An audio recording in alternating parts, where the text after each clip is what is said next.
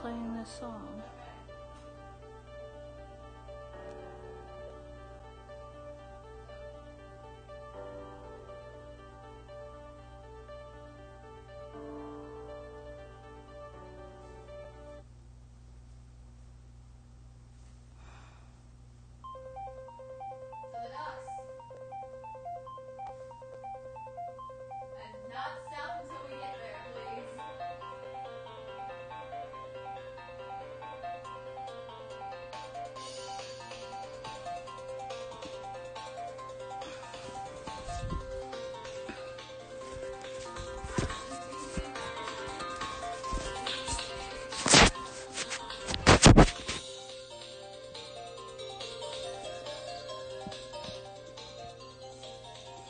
Hello, peeps.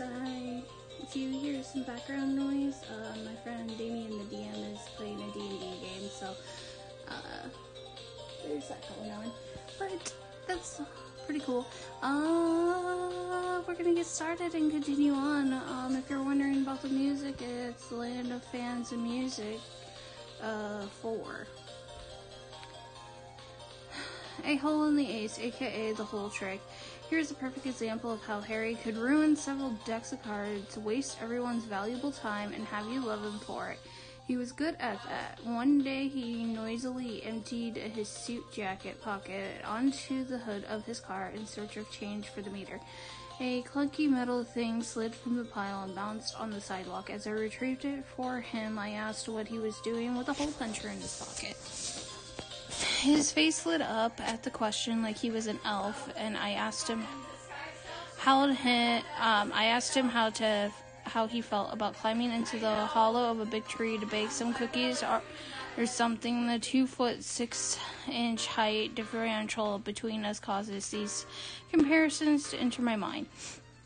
A small crowd had already gathered around even before he produced the first pack of unmolested cards. How people seem to gather and how they even know a street performance is about to take place, I'll never know. It's perhaps Anderson's greatest trick, luring the marks like that. I wanted to ask if he was sure about this. Performing in broad daylight, he was used to working in dark rooms. It was usually the first thing out of his mouth when he would queer a trick. I'm really more accustomed to working in a dark room than this, but Harry was excited and had already butchered the first deck of cards with the hole puncher and issued the first round of apologies to the crowd. These were like the premier apologies, the sort that got the folks loosened up a bit before the 7-course meal of integration that would inevitably follow. He asked me for a fresh deck of cards, and I gave him one. The principle behind the trick, in theory, as he explained to me later, was to punch holes in what appeared to be one card, but was in fact 2 or more together, hence the difficulty he often had in squeezing the puncher with his little elfish hands. And then using some coy maneuvers with his thumb, temporarily concealing the hole, while he slid the card beneath it with his palm, the hole would seem to disappear or move to another part of the card. Oh yeah, that's right, the old hole in the ace trick. Interestingly enough, pertaining to punching holes in cards and making them disappear and stuff, your hands were never really strong enough to make this one work all that well. But actually, this gives you an idea. You overlap 2 of the punched cards. They mask each other's holes patterns. John put both cards in the totem lathe. You carve another totem using the new combined hole pattern. Hello. Here, have a sleepy daisy. Sleepiest of daisies. John, take it to the alchemister. Oh man, looks like Rose made like 1,000,000 hammers for some reason. Get all this shit out of the way, you're about to make something sweet. Kaboom. You got the pogo hammer. John practiced with a new weapon. Boing, boing, boing, boing, boing, boing, boing, boing, boing, boing. What did you do? I combined the cards in the lathe thingy and made this. It's so sweet, man. Look at me go. I see. That was a really good idea, John. Nice work. Thanks. I got the idea from Harry Anderson. Who? Oh, you know the show Night Court? No. Oh, well, bottom line is he's awesome. That's really all there is to say on the matter. John attacked the nearest imp to test Pogo Hammer's strength. You get a vicious rhythmic bouncing combo going and easily slay the imp in one blow. You and the Pogo ride are catapulted sky high in the process. Whee! Hey, look, there's an arm. Kabimmy. Sweet catch.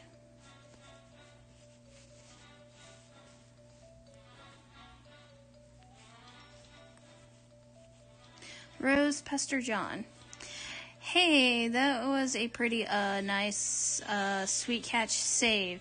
Oh yeah, this is pretty comfy. Why don't you just like carry the bed around with me on it up to the gate up there? I can't interact with you directly or anything that you are touching if it will result in moving you. See? Oh, lame. The game probably regards that as a kind of cheating,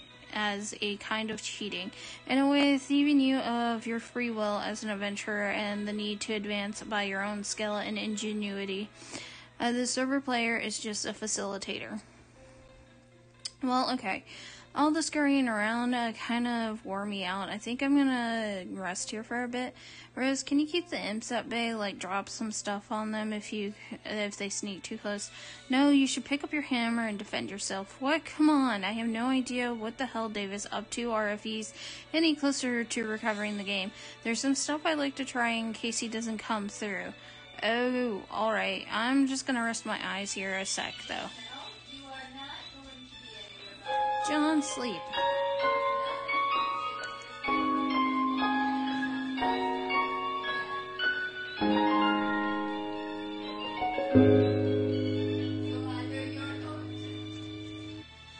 Rose, check alchemy excursus. Looks like a sort of index documenting all the known results for punch card alchemy combinations. This could be a convenient resource as you start to stumble on more useful card combinations, but ever since John started punching cards, you've been contemplating other ways this item manufacturing system could be put to use, in particular if you obtain the code for any item at your disposal. You think you could theoretically send the code to John and he could make it himself. That is, if you could think of anything that would be worth sending to him. Yep. Rose, capture log Spurb server CD. You eject the disk and capture log the server. Rose, message John the captcha code. Slap. Oh, god damn it. Chugga chugga chugga chugga chugga choo choo. Do do do do do do. Play. Death. Facepalm ×2 combo. John, wake up.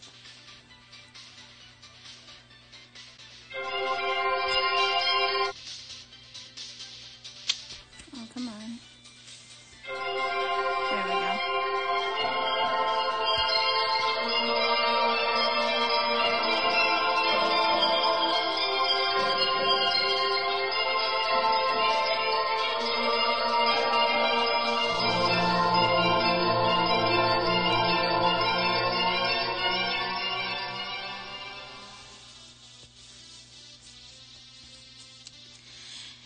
Hey, whoa, there you are. How's your adventure going, John? It's okay. I'm making some progress, and Rose finally connected again, so she's helping me now. That's good. Oh, but, I don't think I'm actually saving the world here. Sad face. I don't know what I'm really accomplishing here, but I guess it's not that. Well, I think whatever it is must be pretty important. Don't lose hope, John. I think it will all turn out for the best if you stay positive. Just keep listening to your grandmother's advice. Yeah, you're probably right, but I don't think I mentioned Nana to you, did I? Oh, I don't know, didn't you? I don't know, maybe you talked to Rose or Dave about it or something. Yeah, maybe that was it. They're really weird when they talk to me about you. Like, they're always trying to convince me you have some spooky powers. But I'm always like, no, she seems pretty regular, like a pretty regular girl to me. Smiley face. But then when I think back, maybe there are times when it seems like you know some things. Like, maybe you know more about a thing than you're telling me. I don't know. Oh, well, John, I want to explain lots of things to you. Some things that I know, I'm just waiting. Waiting for what? Oh, John, I forgot. I was messaging you about the meteor that fell near my house. Oh, yeah. Whatever happened with that? Oh, boy. Well, it turns out I was confused about it. Really confused? Confusion face. See, I guess I fell asleep for a while and lost track of time. That happens. Yeah, I know. Tell me about it. Maybe you should, like, wear an alarm clock or something. So, what was the deal with the meteor? Well, it's hard to explain, but I know what it is now, and now I know everything's going to be okay. So, what is it? Or is this just another thing you're waiting to tell me? Oh gosh, John, I really want to tell you and all this stuff, but I can't yet. I really think you need to wake up first, huh? Well, okay, not literally. Well, okay, kinda literally. Ugh, stop being so confusing. LOL, smiley face. Anyway, time for you to go, John. I think you have some company. Heart, Garden Gnostics, GGC, Pestering Ectobiologist, EB at ... Elson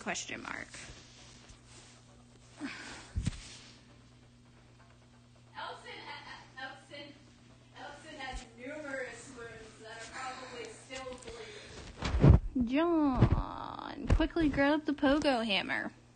You stick the pogo hammer back in your specimen and get ready to kill some more of these pesky little, what's that? Elson just sits down on the dock. It's a big boy. Tentacle therapist TT, cease pestering ectobiologist EB at ... Rose, why aren't you dropping something on that thing? Oh no, sad face. John, be the imp. You be the imp and quickly abscond the fuck out of there. This is what weaker adversaries do whenever things get too hot to handle, which is frequently. John, prepare for a boss battle. You stop being the imp because that was stupid and scurry over to your magic chest that you suddenly remembered was on the roof. There are some things in here that would be good to stock up for a major battle, but it looks like someone has plundered your chest. This is so outrageous.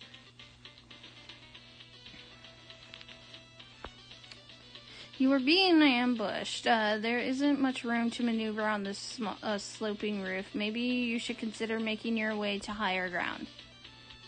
John, ascend to the highest point of the house. You go up here. John, look down. You peek over the edge. Wrong way. It already seems like a long way down to your yard, not even to speak of whatever's below. Hey, weren't your trick handcuffs dangling from that branch earlier? Damn it, why do M's got to be making off with all your sweet gear? John, turn around. Crude ogre. You are confronted with a pair of enormous foes. This is it. You have no choice but to wage a fierce rooftop battle. This is totally going to happen now, and it could in no way conceivably be interrupted by a sudden shift in our attention. It's go time. It's time to do this thing. We're doing it, man. We're making this happen. Dave, stop being the other guy. You stop being the other guy. You're not even sure what that meant anyway. Dave, ascend to the highest point of the building.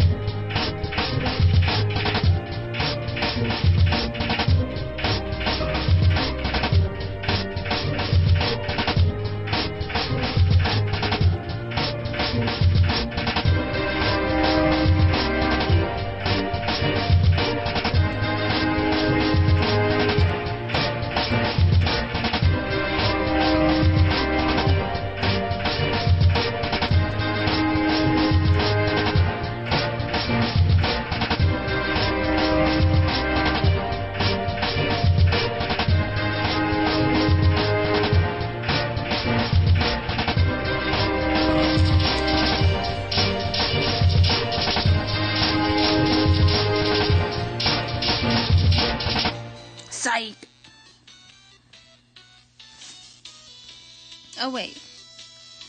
2 times double psych out combo. You are now the wayward vagabond. WV, retrieve Gato Moretti. WV, examine rotten pumpkin. What pumpkin? WV, check the little red bar. It appears to be a gauge for a large power cell, perhaps fueled by some type of nuclear reaction. If this is the case, it is relatively low on fuel. But who knows how long it has been running here. You do not care about this sort of nonsense, and you will disregard it at once. You are very hungry. WV, capsule log can of gravy. Capsule log, you have no idea what that means. It is total nonsense, and you do not know what to make of it. You will not give the foolish notion a second thought. WV, pick up the can of gravy. Just pick it up. You just pick it up. You are now holding the can of gravy. WV, use sharp teeth to poke a hole in the lid of the can. Your teeth are useless for the task. They are blunt like that of livestock, presumably suitable for mashing up plant matter and not for puncturing metal. WV, attempt to open can with your weak, pathetic digits. Your weak, pathetic digits are not strong enough to penetrate the can. Your fingers are certainly pointy enough, and your black harpus is suitably rigid, but you just don't have enough muscle for the task. WV, take the can labeled beans. Oh, you take that too. WV, examine can of custard. The can clearly reads mustard, a fact of which you were perfectly well aware. It is sort of cumbersome holding all these cans at once. You doubt you can hold many more than this. Maybe 1 or 2. You'll need to find something to put stuff in if you want to carry a lot of things around. WV, examine marking on wrist. You drop all the cans and take a look at your wrist. It is a sort of specialized barcode pattern. This brings up unpleasant memories, and you would prefer not to dwell on it. WV, examine the small potted plant. What plant? WV, check book on human etiquette. It appears half the pages of this book have been eaten. The daunting volume is considerably lighter than it once was. Substance. Horse, cow, chicken, sheep, and goat. Intermediary, this is the key. Fork, knife, and spoon. Consumption, teeth. You are somewhat skeptical about the nutritional value contained by these pages. However, of the practical wisdom they contain, there can be little doubt you have learned so much. WV, clear out all the cans inside the purple machine. You empty the peculiar cabinet and take a quick inventory of your canned goods. You have beans, mustard, gravy, bread, shrimp, asparagus, cheese, rice, corn, peas, flour, chestnuts, mayo, ham, potatoes, and squash. Such bountiful plenty, and yet the delights taunt you from within their small metal prisons. WV, search room for a can opener. You have already looked all over the place for a can opener, even making a few electronic inquiries about one to no avail. Nothing else inside the purple thing either. WV, locate a nearby sharp object. You wield your trusty knife. It is actually you're not sure what they're called. It's an old rusted one of those red mailbox arm, swingy, flappy doodads. Either for letting you know there is mail in the box, or maybe for alerting the mailman to outgoing mail to be collected. You don't know, really. You've wrapped a little piece of cloth around it for grip. It is useless for opening cans. WV, be the imp. This means nothing to you. You are not an imp. You have no idea what an imp is, and you will not entertain such frivolous and childish ideas ever again. You feel stupid and hate yourself a little for even considering it.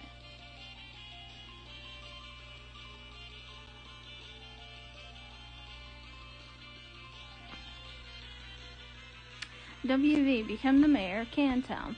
As the glorious founder and mayor of Cantown, you erect a dignified, majestic city hall out of cans, fittingly capped off with a tome of good manners for the roof.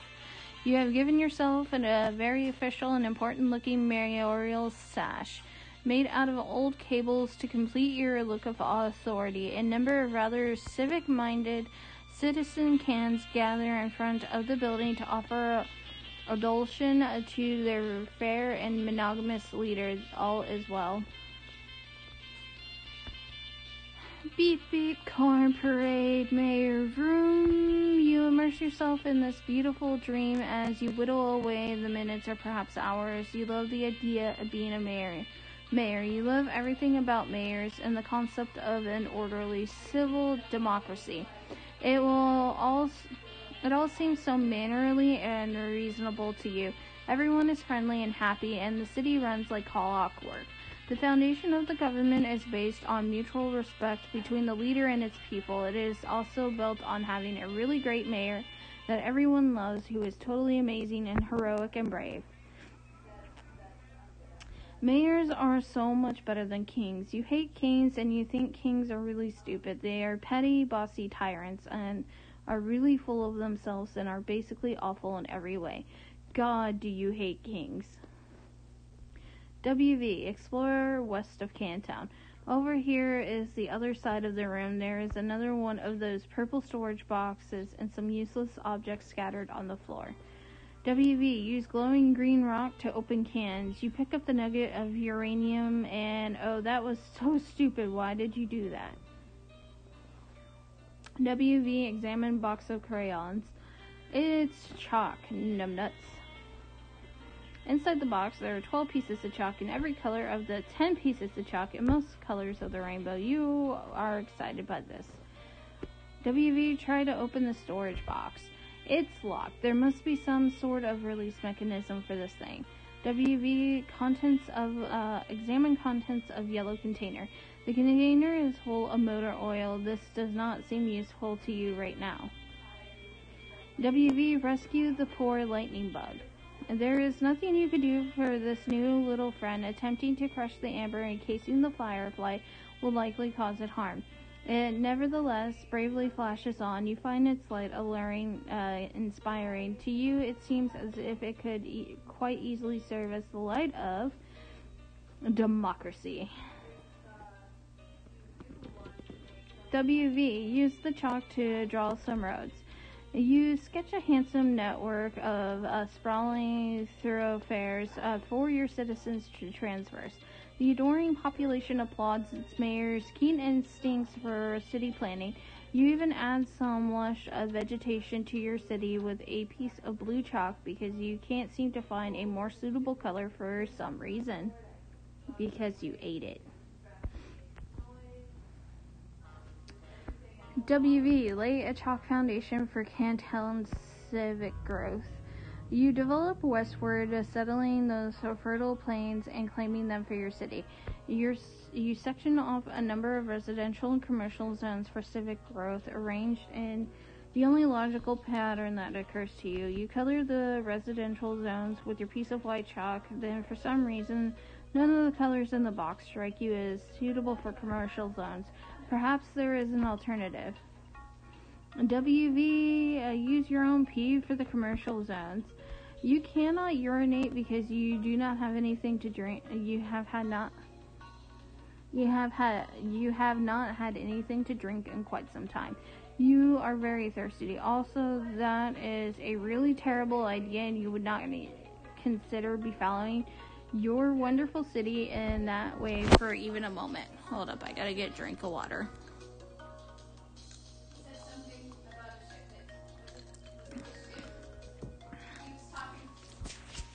Okay. WV, use motor oil to designate commercial zones. You fill each empty square with a bit of motor oil to complete the zoning. It looks rather striking to you. You can hardly imagine that an up-and-coming young can trying to make it in the world would not be delighted to live in your fair district. You are very careful not to get any of the unpleasant fluid on your person. WV, peel off can of mayo and affix to stash. or affix to sash. That's dash. The mayor's stashing things.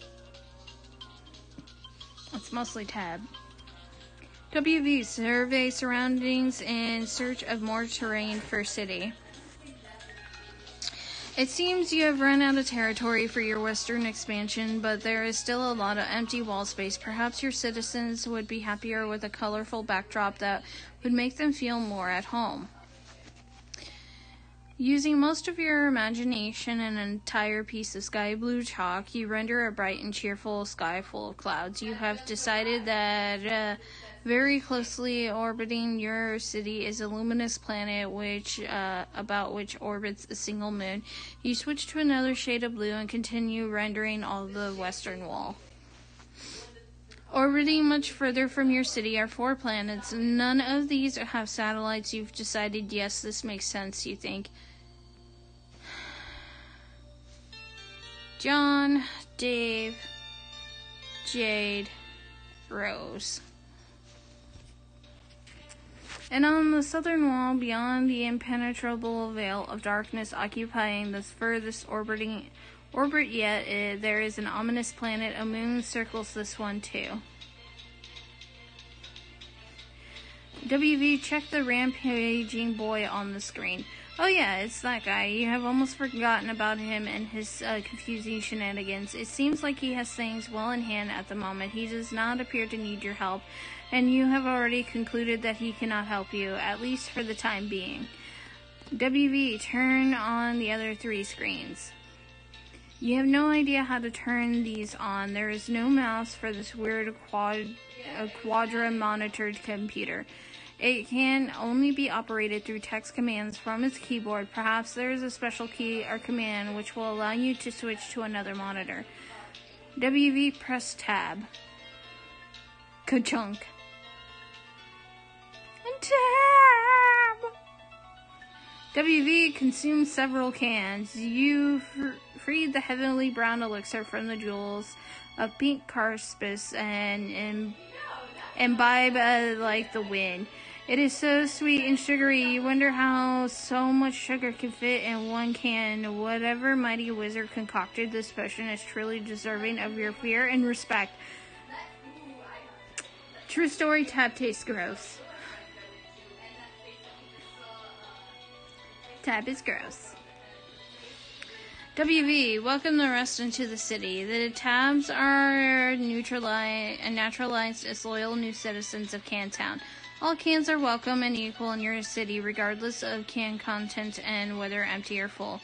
It's not like emptying a can kills it or anything, they're just cans after all. WV, hit escape.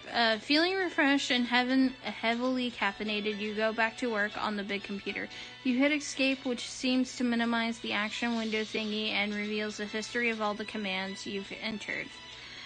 Do the potted vegetable instead. It looks delicious. John, flail about in a distracting manner. Inspect Hag Ash incident. Do again as purple words say. Forward arrow. Ignore this woman's antics. Indulge the device, but be curt with it. Enough strange poetry from the red text. The purple text is less irrational than the red text. Ridiculous folly, inexcusable. What color are the words that this chum says? The green text was attractive. Now view the red text again. John, what are you doing? Stop doing nothing. Forward arrow question mark. Troubling? Investigate this. John, pursue adversary into that room. This chum will know what to do. Read your book. Stay wary of these foes. John, turn around. Forward arrow.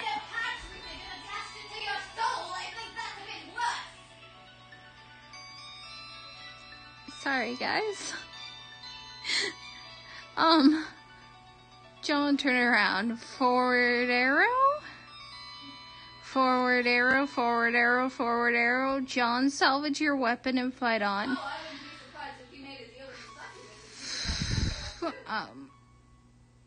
Hold up.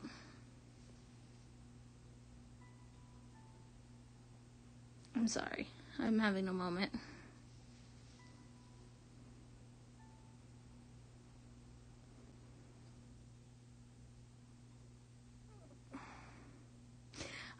Hi, my name is Claude and I have anxiety.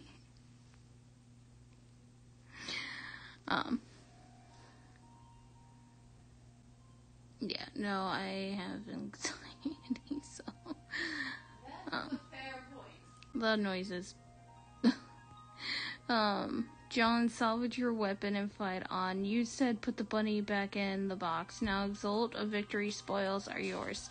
Forward arrow, what about that card? Okay, gather the scattered bits of your large hammer. Now repair the hammer. Find now what? The door, John, look at the door. Incredibly alarming, investigate. What? This is so outrageous. Interrogate this mad woman. Forward arrow, go on. Forward arrow, me? Forward arrow.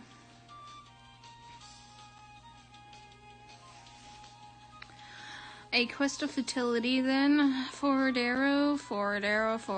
Yes, I will have to agree with the float hag about that. The hag mentioned cookies pursue her. John, do not say no to cookies. I command you to get them. John, cookies now. This impudence is insufferable. Go get the cookies. John, you are stupid, dumb. For the last time, I command you to get the cookies, boy. Mr. John, I respectfully ask that you please stand up. Now, sir boy, flee from this boorish rabble post-haste. Well done, John, polite congratulations. Now, my civil fellow, I have a well-mannered query to ask. John, might I bother you for a can opener? Fellow John, it appears we have reached an impasse. The opener dilemma remains unsettled, most unfortunately, but it has been a pleasure nonetheless. Oh, but thank you so very much, dear favorable small primate. I shall take my leave now, John, until next time. You use the arrow key to scroll up a bit. You can't believe how much you've already typed in this stupid contraption. What a waste of time. Home view, switch 2, switch 3, switch 4, switch 1, escape, lock room 3, password, view, reboot. You scroll all the way up to your first command, boy. It looks like there are more commands above it. Maybe someone was entering commands at this thing before you. There weren't many more. At the top of this list appears to be the very first command. WV type forward arrow switch 2. You activate screen 2. The signal is garbled and you have no idea what you're looking at. Some sort of filthy beggar pleading for help. No one is around and nothing is happening. You seem to be locked out of any sort of interaction with whatever's happening on this monitor. WV type forward arrow switch 3. It's another one of these rapskillions. This monitor is locked too. You cannot tell him what to do. Not that you really want to, since it just looks like more confusing nonsense to you. You consider switching to screen 4, but decide against it. You have a feeling that, whatever's there would just confuse you even more, and you don't really care all that much anyway. WV type forward arrow home. All 4 screens activate. Together they display a countdown starting at 4 hours and 13 minutes. WV type forward arrow reboot. You can't. Nothing is working anymore. The timer seems to have disabled the keyboard. WV, be the mayor. Enough of this nonsense. You are an important mayor, and this absurd contraption has wasted enough of your time. You've got a city to govern with a carpist fist, which is to say firm yet polished and supple as the situation demands. Anyway, this will help you kill some time while you wait for that clock to count down. WV, create employment opportunities for the citizen cans.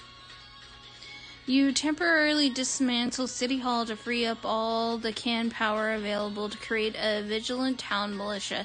You divide them into 2 groups, marking them with distinct teams and ranks using the piece of white chalk and motor oil. You then organize them in phalanx across the countryside, preparing for a stiff training regime. When you are through with them, your forces will be a well-oiled machine. Chalk another one up to the bold leadership. WV, lead your men to victory. You waste more than 4 hours on this tomfoolery.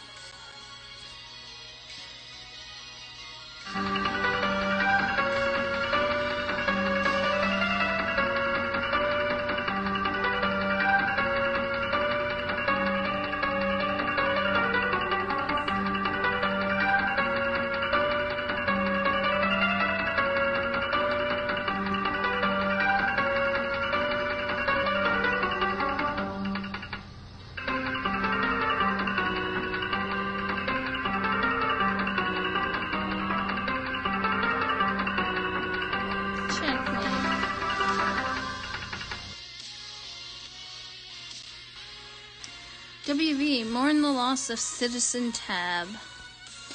Your caffeinated jittering must have agitated all the little bubbles curiously hidden in the liquid, creating too much pressure in the can. You speculate this is why it exploded as you nervously eye the timer. You are starting to wonder what will happen when it reaches 0. Maybe it will be best not to be near it when this happens. Minutes in the future, though, perhaps not as few as implied by circumstances. A peregrine medicate trundles precious cargo beneath the gleam of the celestial ominous.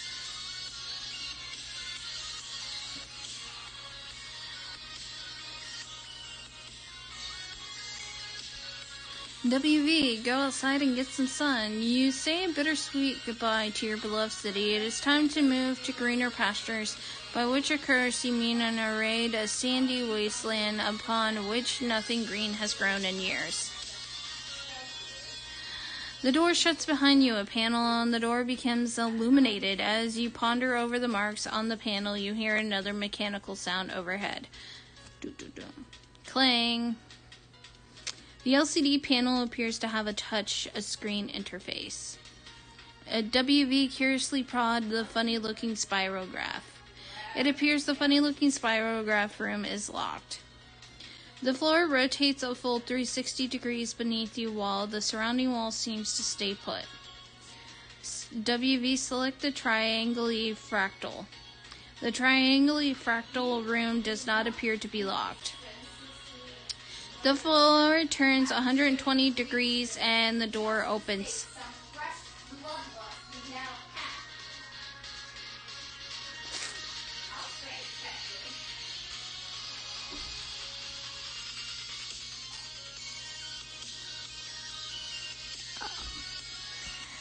You go through the door to find another room. It's the same size as the other one you just wasted all the time in, while a clock was ticking down to something which may or may not be your doom. Maybe there is something in here that will help you escape. Against the wall there is another perplexing contraption. Against the opposite wall is some sort of control panel which catches your eyes. It has 2 large screens, but only one appears to be active. There are fields for numbers which appear to be modifiable with the dials to the right. Some numbers are already supplied by default, perhaps entered by the previous user. There are a few buttons below, the largest one bearing the symbol marking this room. Also, it looks like there is a meter stick propped up here for some reason. WV, attach your trusty knife to the meter stick. You immediately craft a measuring sphere, though through possibly the most advanced form of alchemy employed thus far. This is obviously the most important thing to do first, obviously.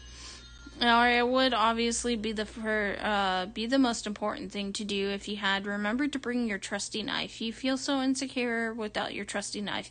It makes you want to slit your wrist, or at the very least flog your carspice with some sort of measuring apparatus.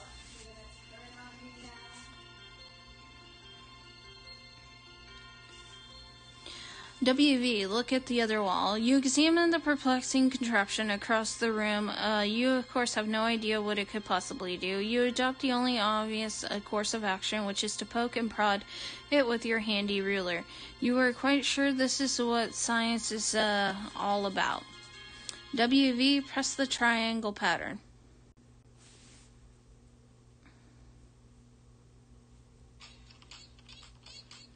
Hold up.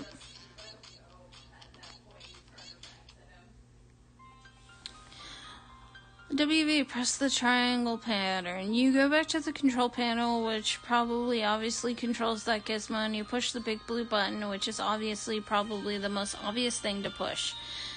You purify a pumpkin.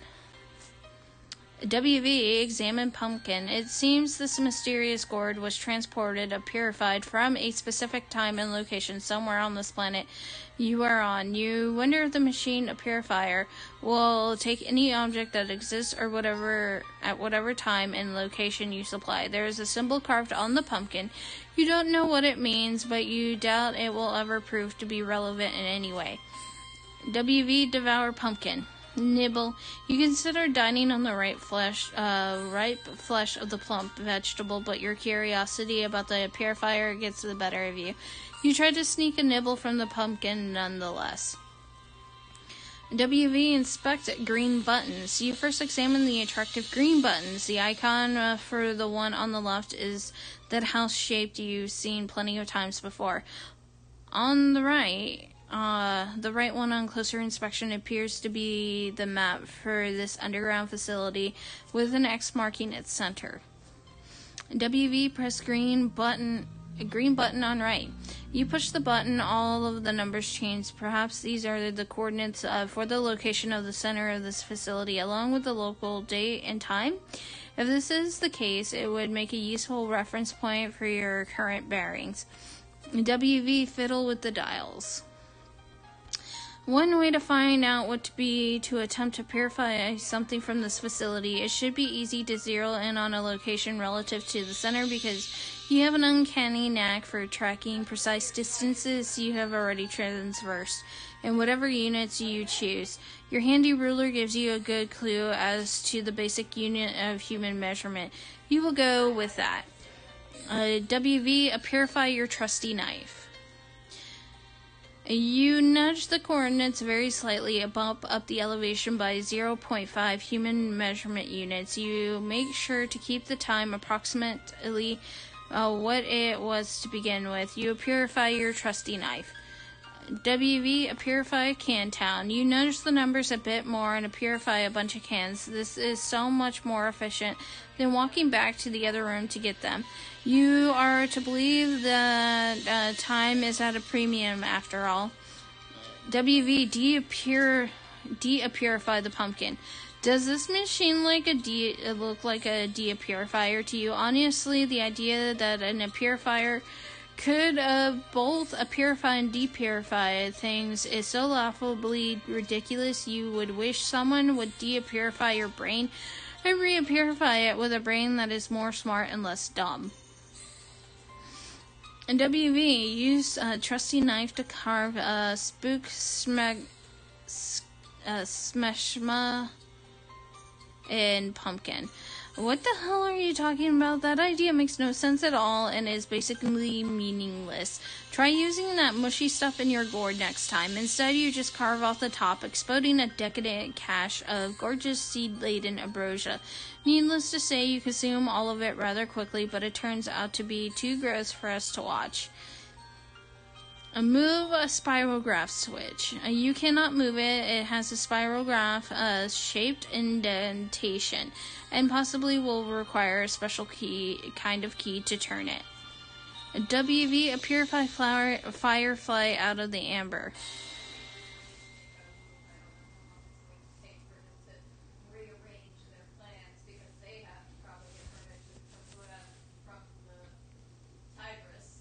You release your blinky new friend.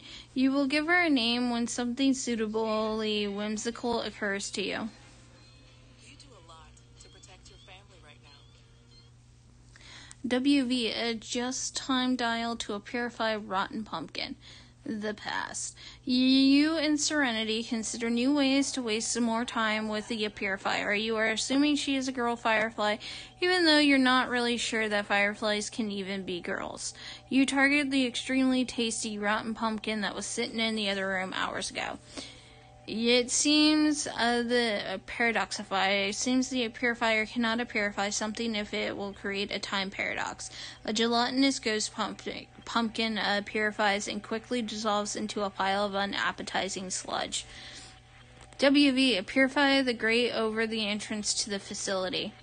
Serenity blinks a message of urgency. You nearly forgot that while trapped in amber, she was witness to all your tomfoolery and dilly-dallying in the other room and knows the timer is about to expire. It is time to get the show on the road and escape. You reset the coordinates with the right green button again, and this time only adjust the elevation by approximately 10 human measurement units. WV, hasten to the exit post-haste.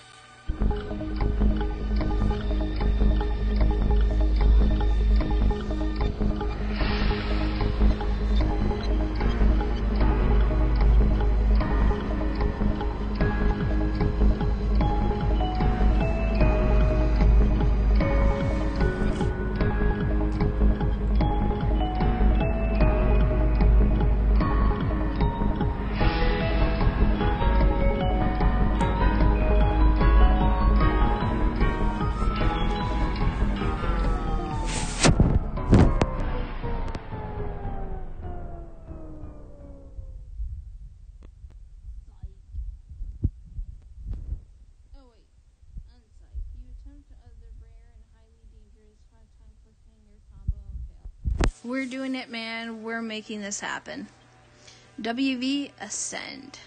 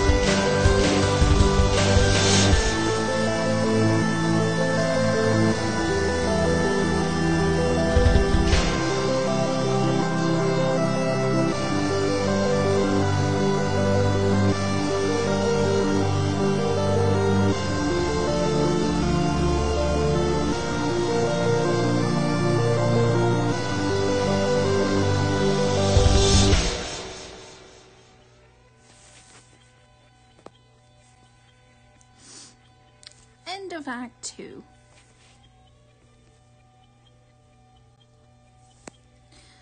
Dear John, Colonel Sassacre's daunting text of magical frivolity and practical japery. The Colonel amuses men marginally less Seuss than he on a sweltering Mississippi evening.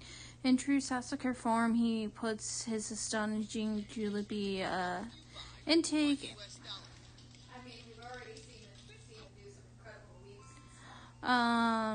to use with a textbook execution of Butterfinger Solitaire. Dear John, you are no doubt reading this as a handsome and strapping young man. Why the... I'm having a brain fart. Okay, here we go. You are no doubt reading this as a handsome and strapping young man. Why the Mangret needed to lift the book is itself a sign of your maturity. Not even to speak of the wisdom needed to grasp the nuance of Sassacre's time-tested mischief. I'm so proud of you, grandson, but I wish I could have delivered this heirloom to you in the flesh. But I'm afraid it wasn't in the cards, for you see, John, like you, this book must yet take a journey. Its journey will end on the final day of my life, and even then will continue some, though I suppose that will be up to your father. Perhaps he will discuss it with you one day, when he and you are ready. But it is your journey I'm writing about to wish you luck. There will come a day when you will be thrust into another world, and once you arrive, that is only the beginning. You will soon delve even deeper into a realm of warring royalty and a timeless expanse, a realm of agents and exiles and consorts and colonel sprites, of toiling underlings and slumbering denizens, a realm where four will gather, the here of breath and the seer of light, the night of time and the witch of space, and together they will ascend. John, if only you knew how important you were. I regret my passing came so early in your life, and yet I feel in my heart we have already met. But what I know for sure is that we will meet again. Until then, John, I hope your father keeps you well fed. With love, Nana. P.S. Ho ho ho.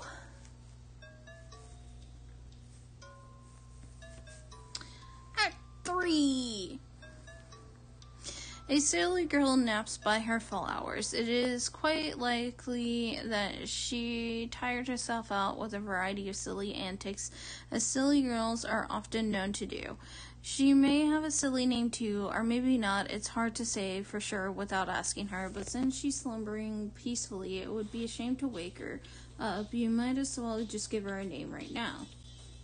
Enter name. Farm Stink Butt Lass. I guess her name is Farm Stink. Question mark? Wake up. You try to roust a Farm Stink from her slumber, but she is really down for the count. It looks like she is holding some sort of note. Retrieve arms from... They're right there, in plain sight. Look, they're flashing red. Drop pumpkin on Farm Stink. What pumpkin? You see no pumpkin, and quite frankly, it is hard to imagine there ever was a pumpkin in plain sight or otherwise. Anyways, that would be a really terrible thing to do to poor sweet Farm Stink.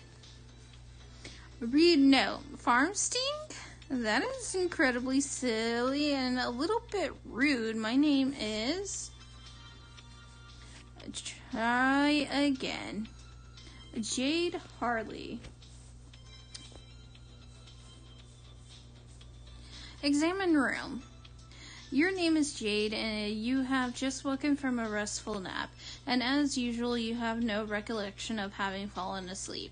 You have quite a number of interests, so many, in fact, you have trouble keeping track of them all. Even with an assortment of colorful reminders on your fingers to help you sort out everything on your mind. Nevertheless, when you spend time in your garden atrium, the only thing on your mind is your deep passion for horticulture. What will you do? Jade, play a silly flute refrain.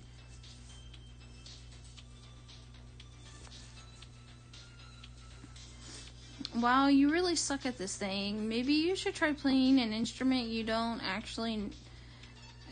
Maybe you should try playing an instrument you actually know how to play instead.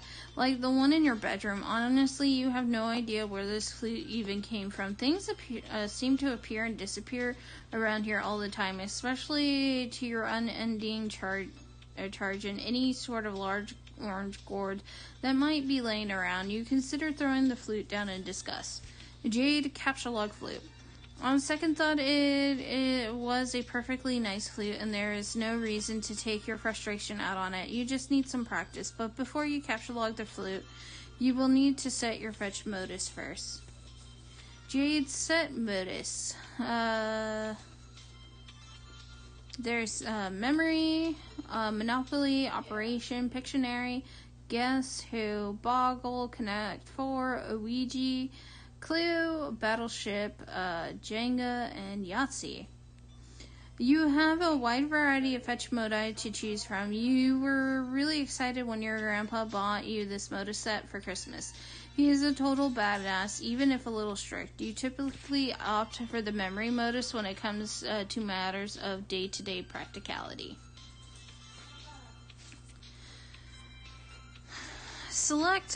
Jade select memory. You set your modus to memory and capture log the flute. You allot 9 cards to the modus from your deck, since that will be more than enough for your needs at the moment. The modus grabs 9 more cards for matching purposes. The flute is split up on 2 blank cards and mixed randomly into the grid. To retrieve the item, you must first pick 1 card and then pick its matching card. For the typical Silodexer, this modus presents a frustrating guessing game and a lot of wasted time on mismatching. But you like it because you seem to have a knack for always guessing right on the first try. Jade, squeal like a piglet and fertilize some plants. It is an awfully silly idea and is basically a waste of everyone's time. You will predictably disregard this thought and focus on more sensible objectives at once. Oh my god, this is so much fun. Yoink. You capture-log the bag of fertilizer. Jade, consult colorful reminders. You tend to have a lot of things on your mind at once, and you can be a little forgetful. So you keep a variety of colored strings on your fingers as reminders. Each one means there's something different to remember at a certain time. In fact, looking at your index finger reminds you that there is something important to remember now. It's your friend John's birthday. The green string reminds you that John's birthday package will arrive today. The blue string also reminds you that John's birthday package will arrive today.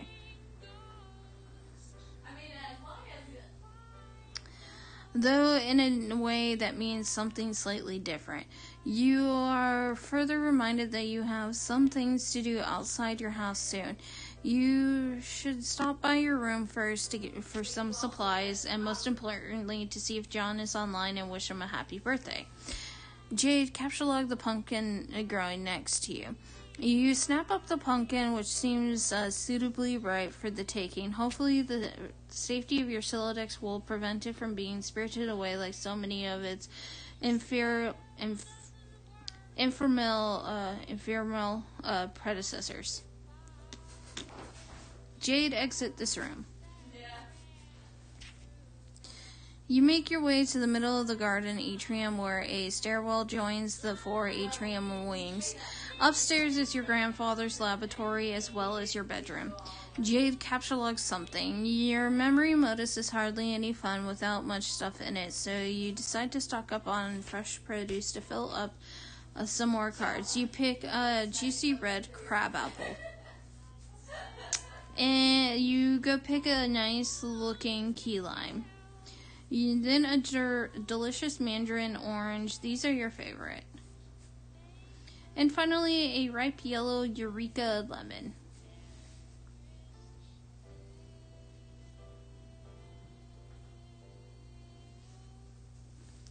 Modus fun aside, you feel it is impossible to have too many fresh fruits and vegetables on hand.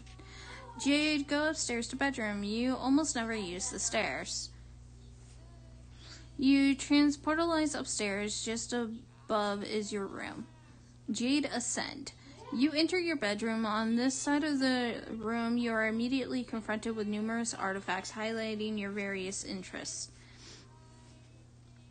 You are an avid follower of cartoon shows of considerable nostalgic appeal. You have a profound zeal for a marvelous and fantastical fauna of an anthropomorphological persuasion.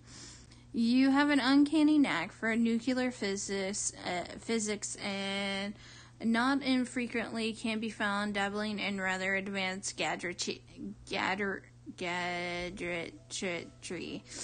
You enjoy sporadic fits of narcolepsy. Your love of gardening transcends the glass confines of your atrium, and you are at times prone to patterns of precognitive prognostication.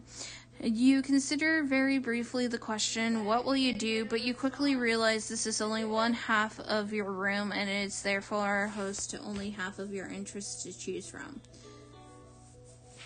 Jade, explore the other half of your room. Over here, there are yet more articles of your aforementioned interests and then some. Additionally, telltale signs of your enthusiasm for nostalgic television mingle with your assortment of game hunting. Firearms, you are a skilled markswoman, though your crosshairs would never settle on the innocent creature anthropomorphically persuaded or otherwise. Your work table is littered with equipment to facilitate your tinkering. For you, experimentation is not a particularly exact science, and you lean heavily on sharp intuition for consistently and eerily optimal results. Nevertheless, you have still not been able to get that broad, flat gizmo there to work, which is a design you have borrowed from one of your grandpa's more mysterious inventions. You are a great admirer of his, and you are not alone. Your grandfather is a world-renowned explorer, naturalist, treasure hunter, archaeologist, scientist, big adventurer, big game hunter, billionaire extraordinaire. He has taught you everything you know, but in spite of all of his lessons, it is still difficult to escape his stern lectures when you are on the way out of the house to run your errands. He spends most of his time in the grand foyer, stewing in his own intensity and charisma. And today will likely be no exception. Among the errands you have planned is to venture out to find your pet and best friend named Becquerel. This animal must be fed, and he will not be happy if he is not. And if he is not happy, then you will not be happy. But first, you should dig out your computer and say hi to John. Now, what will you do? Jade quickly retrieved firearms from wall. You equipped your trusting hunting rifle. There would be hell to pay if Grandpa caught you leaving the house without it. Jade, wonder why the shirt design on your shirt changed. There isn't much to wonder, really. You left the wardrobe afire on its randomization setting. You may contemplate which shirt design you favor the most and commit to that setting in the near future.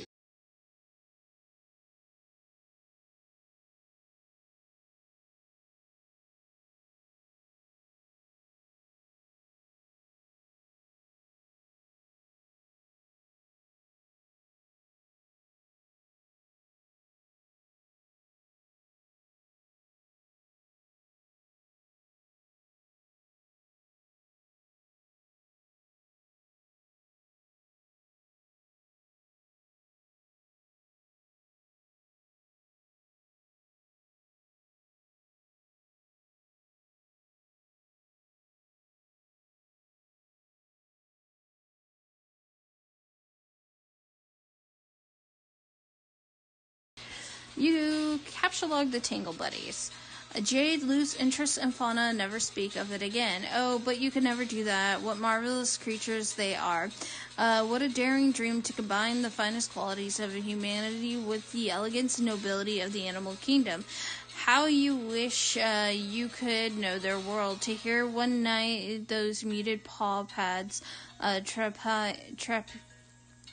trapeze upon your stairs, a low but friendly growl unsettles your slumber, and as the super seeps from your eyes, they detect a sharp pair of ears cutting moonlight. A mysterious woven tongue invites. Wouldn't these ears suit you? Would not this proud long snout assist you in the hunt? No need to answer. Words slough from the busy mind like a useless dead membrane of a more visceral space.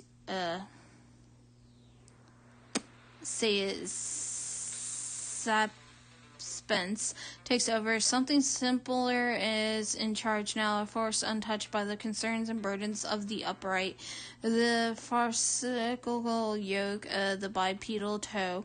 It now drives you through the midnight brush, your paws whisking through creepers, unearthing with each bold stomp, bright odors demanding investigation, but not for long, as you and your new friend must claim the night with piercing howls moonward. You eat a weird bug and don't even care.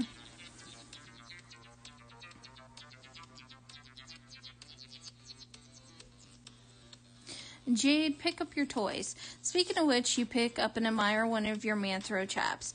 They are wonderful friends and are always cheerful and pleasant fellows.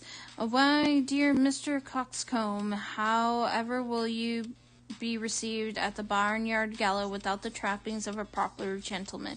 Each Manthro chap comes with a number of accessories, including articles of formal attire, a vacation kit, and a dishwasher-safe slop trough. Jade, organize all your dolls. You gather all your dolls into a rather cozy-looking pile. Jade, change wardrobifier setting. You deactivate the wardrobifier's randomization mode and set it to cycle through these 3 shirts designs. The decision was tough, but you think you've come to the best possible conclusion. Jade, lookout window. It is another beautiful day in your neighborhood. It is peaceful and quiet as usual. A rather imposing volcano looms over your house, which has been inactive for centuries. Though dormant on the surface, the volcanic activity deep underground provides your house with a source of geothermal power. You are not sure why your grandfather decided to draw from this source of energy when he had the unlimited power of the atom at his disposal, but it will be this way for as long as you can remember. You have chalked it up to your family's long-standing propensity for electric fursuits. Wait, you mean pursuits? All the fursuits.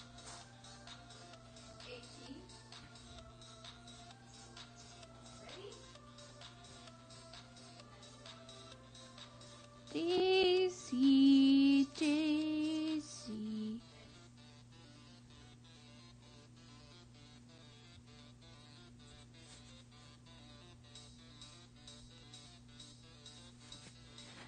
Jade, retrieve fursuit from magic chest.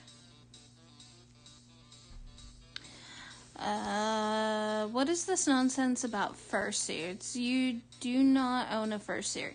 You think anthropomorphic fauna are really cute and enchanting and all, but it has never occurred to you to dress this one. Sure, it is fun to imagine what it would be like to run wild with a pack of wolves or purr and frolic with a litter of kittens, but dressing up as an animal just seems ridiculous.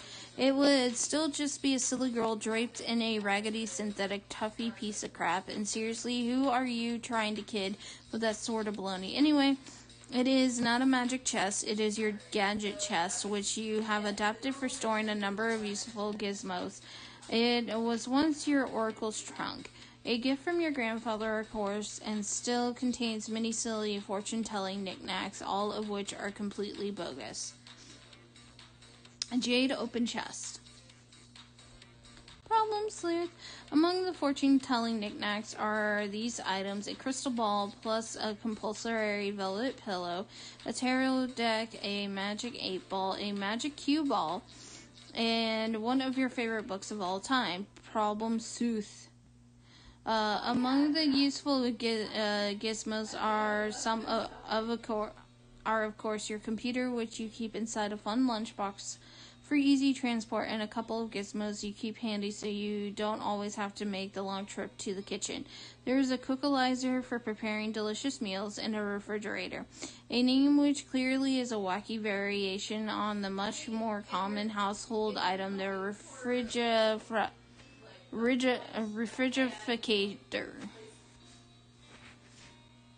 Jade, examine magic 8-ball and magic cue ball. Not exactly.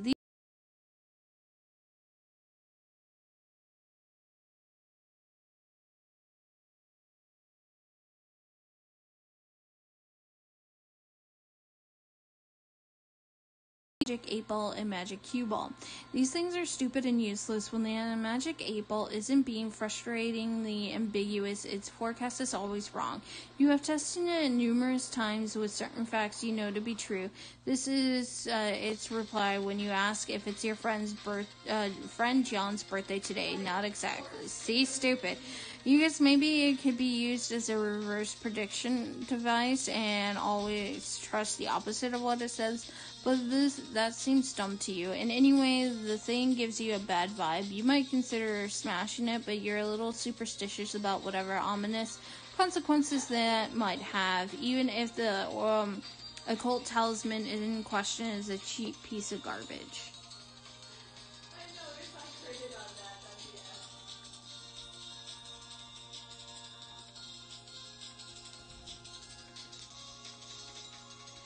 The magic cue ball, on the other hand, is said to make predictions with alarming precision and specificity. Unfortunately, it lacks a portal on its surface that allows you to view the prediction. You put both of these pieces of junk back in the box. Jade capsule log refrigerator. You take the refrigerator, you might as well grab the cookalizer too. No portable kitchen is complete without it. You take your lunch top too, because obviously you're going to be using that pretty soon. Whoops, there goes your flute, but who cares? Jade, feed your friend. Before you go to feed Beck, you will have to prepare a meal for him. You clear some space on your work table so you can set up your refrigerator and cookalizer. Just for fun, Jade allows you to take a stab at matching the cards to use the gizmos. It doesn't present much of a challenge for her, so she figures she might as well step aside while providing a few generous hints. No, warmer, cooler, cold, warmer, yes, no, cold, ice cold, warmer. You have selected the key lime. Way to go. Try again. Hot, wait, no cold, really cold, frozen fucking tundra. Take another crack at this. Congratulations, you advance your matching skills to the new level. Yukon Hero, Legacy of the Frostbite MBT. Jade is beginning to regret breaking the fourth wall for this ill-advised escapade. Okay, one more time. If it were known in advance how terrible you were going to be at this matching game, the author may have given second thought to preparing this cool interactive Flash application. Look at all these fruits on the loose. Good luck trying to settle them down. You just deploy the gadgets yourself.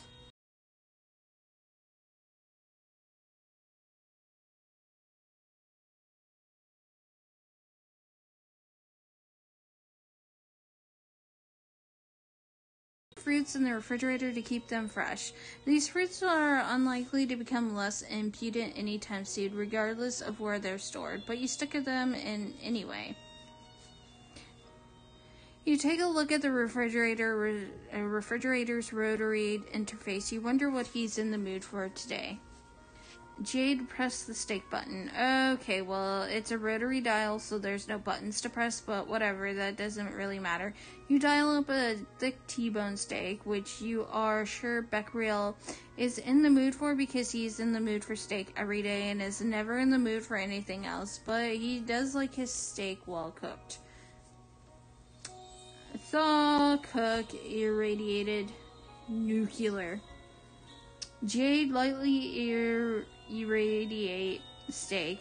He does prefer his steak rare after all. But you will not dignify the thought of turning the knob much farther because you're not stupid. You capture log the irradiated steak and save it for your trip outside. You probably shouldn't waste much more time. You wouldn't want all those nice depleted steak isotopes to settle down. Jade examined the atomic bass by your bed. You wouldn't exactly call it an atomic bass, but it is heavily customized to accommodate a high level of musically virtuosity. The perfect instrument for the electrically spirited. You've turned the strings way down, of course, because your stumpy arms can't reach the low notes. You switch your electric bass to its advanced setting, but you promptly switch it back since obviously it's too complicated to play in person like this. The default setting is your preferred mode for casual jamming, and since you cannot possibly waste enough time playing music, casually jam is exactly what you're going to do. Jade, play a hauntingly relaxing bass line.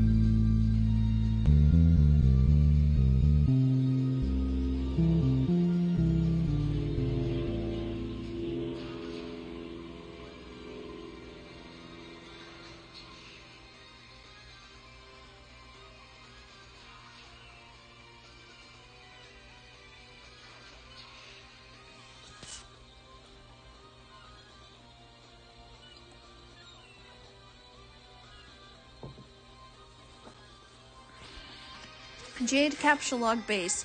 You take the portable amp from the wall socket too.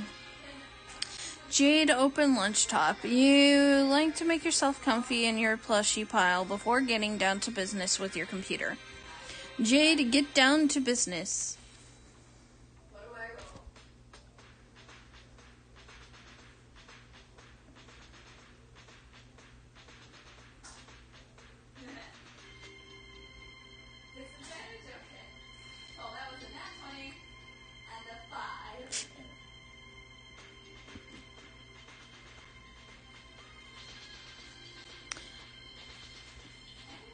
Jade, activate Pester Chum. Hey look, John is online. Hooray! Also, looks like Dave pestered you about something yesterday, but you missed it. Trollsome.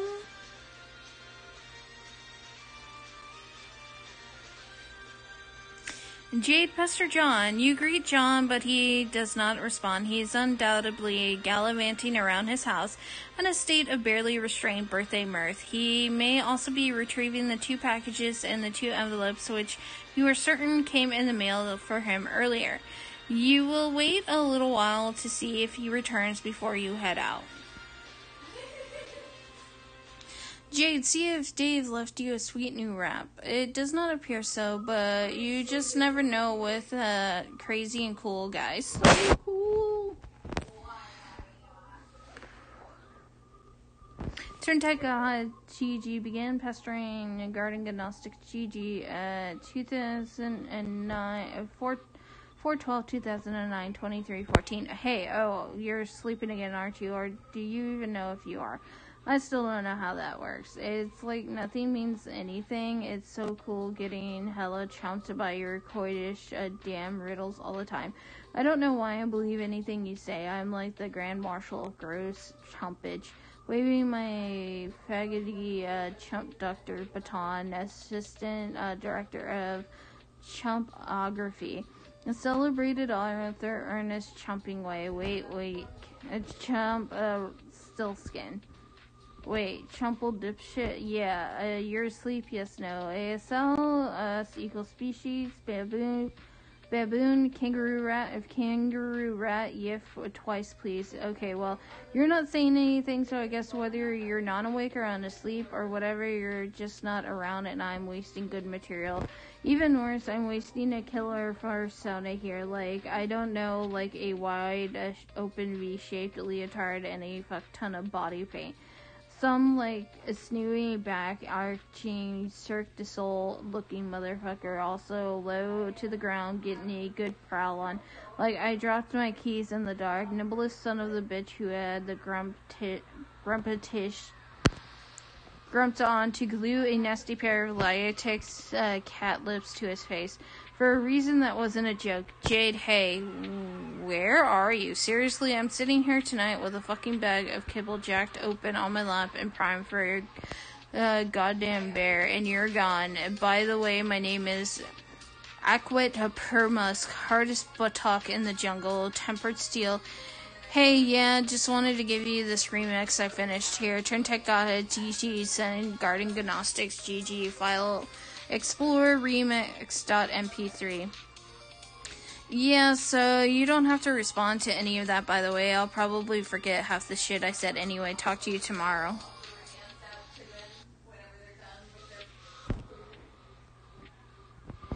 Jade, open fresh jams. Oh, it doesn't let me touch it anymore.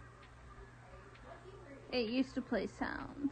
You open the Fresh Jam media player and add Dave's remix to the playlist. Explore remix. Jade, open Echidna and go to mspaintadventures.com. MS Paint Adventures, GT boggle vacantly at these shenanigans. It begins to dawn on you that everything you just did may have been a colossal waste of time and intermission. You open your web browser and visit MS Paint Adventure. You navigate to a random page in the middle of the latest epic. Looks like he was just finishing up some sort of weird tangential intermission here. Whatever it was, it clearly advanced the plot in no relevant way whatsoever. An intermission.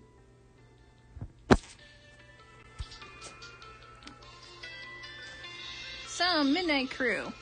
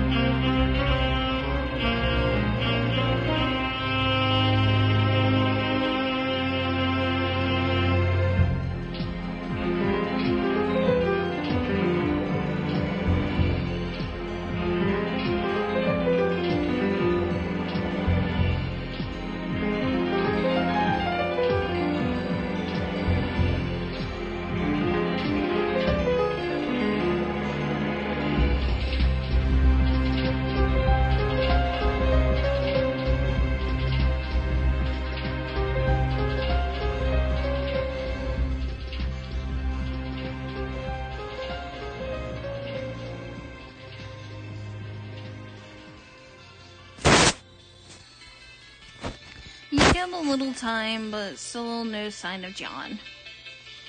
Jade pester Dave. Guardian Gnostics GG began pestering turn tech godhead TG 4/13/2009 12:36. Hi Dave, hey sup? Not much sup with you, bro. Hee good. Haha, good one. It's alright, been chill, I guess you know how it goes. Great, feeling cool today, Mr. Cool Guy? Oh man, you know it's so cool. You know shit is ice cold up in here. Shit is wicked bananas, I am telling you. Smiley face. So, have you talked to John today? Yeah, we were just talking a while ago about how he sucks at his Sylladex. Can you believe he uses Stack? That kid is ridiculous. LOL, well, that doesn't sound like much fun. What was it you use again? Wait, never mind, I forgot. Whenever we talk about your goofy moduses, I get a migraine. What do you want with John? A smiley face. I want to tell him happy birthday and ask him about his birthday package. Oh yeah, I was being sort of cagey and told him to check the mail because I was wondering if mine came yet.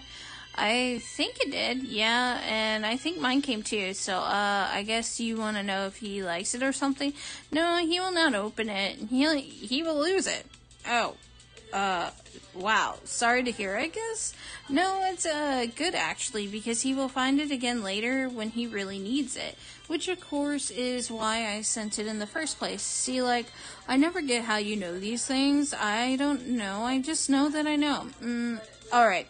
Anyway, I have to go. I have to feed Beck, which is always a bit of an undertaking. Man, if I were you, I would just take that fucking devil beast out behind the woodshed and blow its head off. I don't think I could if I tried. Yeah, say hi to your granddad for me too, okay? Face. Yes, I guess an encounter with him is almost certain. It is usually intense. Well, yeah, isn't it always with family? But he sounds like a total badass. Yeah, he totally is. Anyway, gotta go. See ya, heart. Dave, Strife.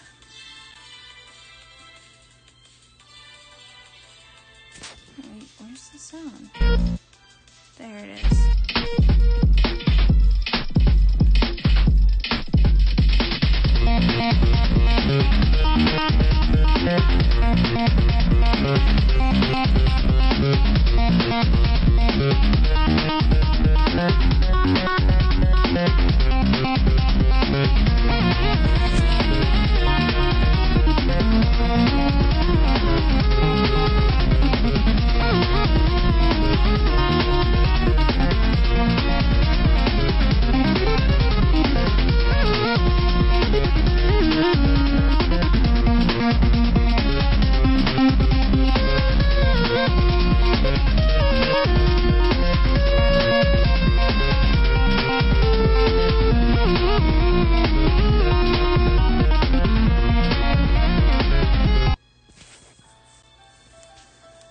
Rose is online.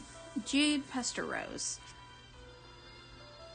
I require a font of frighteningly accurate yet infuriating non-specific information. Do you know where I could find a wellspring of this sort? Yes, okay, but we can't talk for long. Do you have plans? Well, yes, I do, but it's just that you will lose your internet connection soon, and we won't talk again for a pretty long time. Not until you enter. Enter? Yeah, this is what I was talking about. This was the itch that needed scratching. My avarice for the inscrutable. It is limitless. LOL, what did you want to know? You've been insisting today was a big day. We would all play a game you didn't know the name of. A game you said I'd get in the mail and did. One that would help me answer some questions. But Strider's being obtuse. I can't catch John at his computer, and you don't even have the game yourself. And on top of all of that, my internet is unstable. So are you sure today is the day? There sure are a lot of challenges, but yes, I'm sure. Dave is cool. You know he will come around when the time is right. He just has a lot of work to do first, and so do you. You'll need to keep searching for a stable signal and power source. It will be hard, but don't give up. And don't worry about me either. Focus on playing with John first. It all starts with you two. Is there nothing else you can say to prepare me for this? I'm sure you think little of Blythley's upsetting dark forces with Grandpa Moreau over there on Hell Murder Island, but honestly, I've only read a few books on it. Dark? That's ridiculous. I don't really know what to tell you other than it's not going to be what you think it is. And most importantly, you will have your questions answered, but they will be the ones you haven't thought to ask yet. Just be patient and be brave. You'll see. It will be fun. Oh, looks like you've got to go. Take care, Rose. Triple Heart. Tentacle Therapist, TTC Pestering. Garden Gnostics, GG at 12:54. Jade, be the other girl. You are now the other girl several hours in the future. It appears a secret passage in the mausoleum has been opened. It's getting awfully toasty in here. You gather up your belongings, including your dead cat. Rose, descend. Jade, stop being the other girl and pester John again. You spent enough time for now concerning yourself with the future of your friends. John will not be available until later. By then he will have his hands full, so as will you. You pack up your lunch top and get ready to take care of some business downstairs. Jade, descend.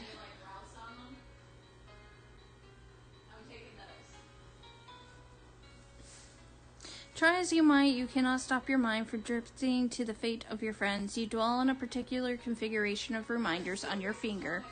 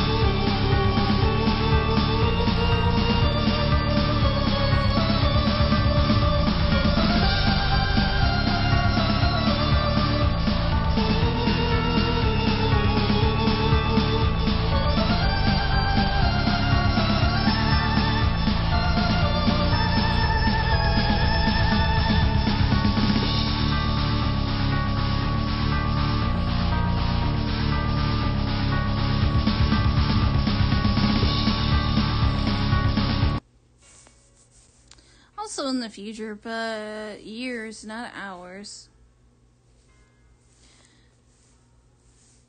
Under bare white branches, a sentry awakens.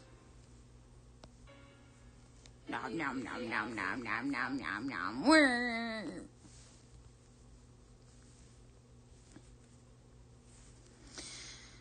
Z01, some stuff about capture codes and punch card alchemy. Is anyone actually reading any of this, or are they all dead? I don't know if anyone besides us is even alive and playing the game, or if anybody even really cares what we have to say. Rose said I should add some stuff to this FAQ if something occurred to me, so I guess I'm doing that. I figure at the very least it will be a good reference for just us to use. But Dave probably won't read any of this because he's sort of this whooping stupid horse butt. Whatever. I finally figured out what those weird codes on the back of the capsule log cards are for. Well, maybe not what they're always for, but a way that Spurb has exploited them for an in-game purpose. Every captured item stamps the card with a unique code and a gizmo, and Spurb, called the Punch Design X, will punch a unique pattern of holes in a card which is derived from that code.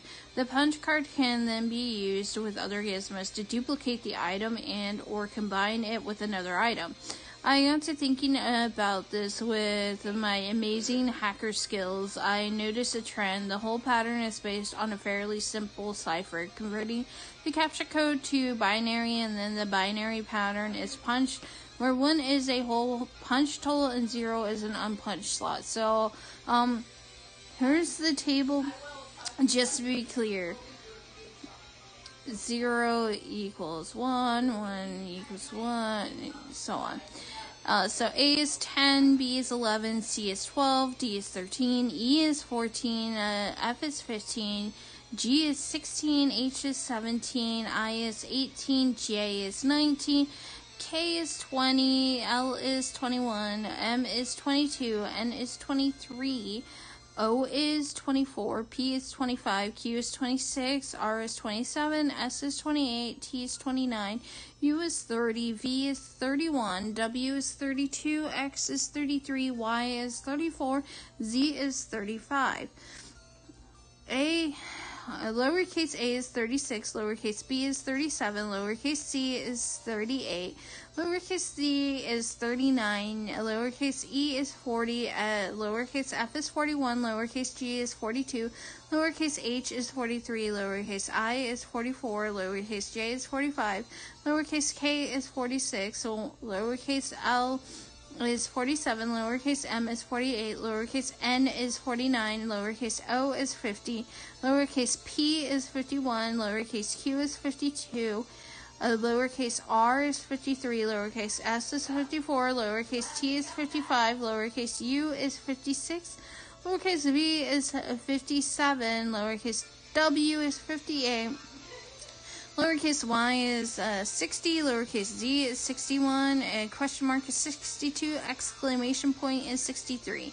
There are a couple oddball characters, exclamation and question, at the end to bring it up to 63. 0 through 63 equals 64 total, i.e. 6 bits. Because the binary representation of the captcha code characters are 6 bits each, which have a range of 0 to 63. So, for instance, the captcha code for the hammer is lowercase n, capital Z, 7, capital U, lowercase n, 6, capital B, and capital I. Look up the index for n first, which is 49. The binary of 49 is 110001. Keep doing that for all the characters, and you get n equal 110001, z equals 100011, 7 equals 000111, u equals 011110. So n equals 10001, 6 equals 000110, B equals 001011, I equals 010010. Okay, that is the that's the pattern that will be punched on the card, but the bits are arranged top to bottom, left to right, in 4 columns like this: 1 0 1 0 1 0 1 0 0 0 0 1 0 1 0 0 0 1 0 1 1 1 1 1 1 0 0 0 0 1 0 1 0 1 0 0 0 1 1 0 1 1 1 1 1 0 0 0 are punched on the card like this. There's a picture. Oh, wow. Okay, that pretty much looks like shit, but you get the idea. So to combine 2 items, you just overlap 2 punch cards. Only the pieces where both cards have a hole will show through. So it will sort of look like a bitwise in operation on both cards. The new pattern gives you the code for the next item. For instance, combining the code for the hammer, a capital lowercase n, Z7, U lowercase n, 6 BI, and a pogo ray, capital DQM lower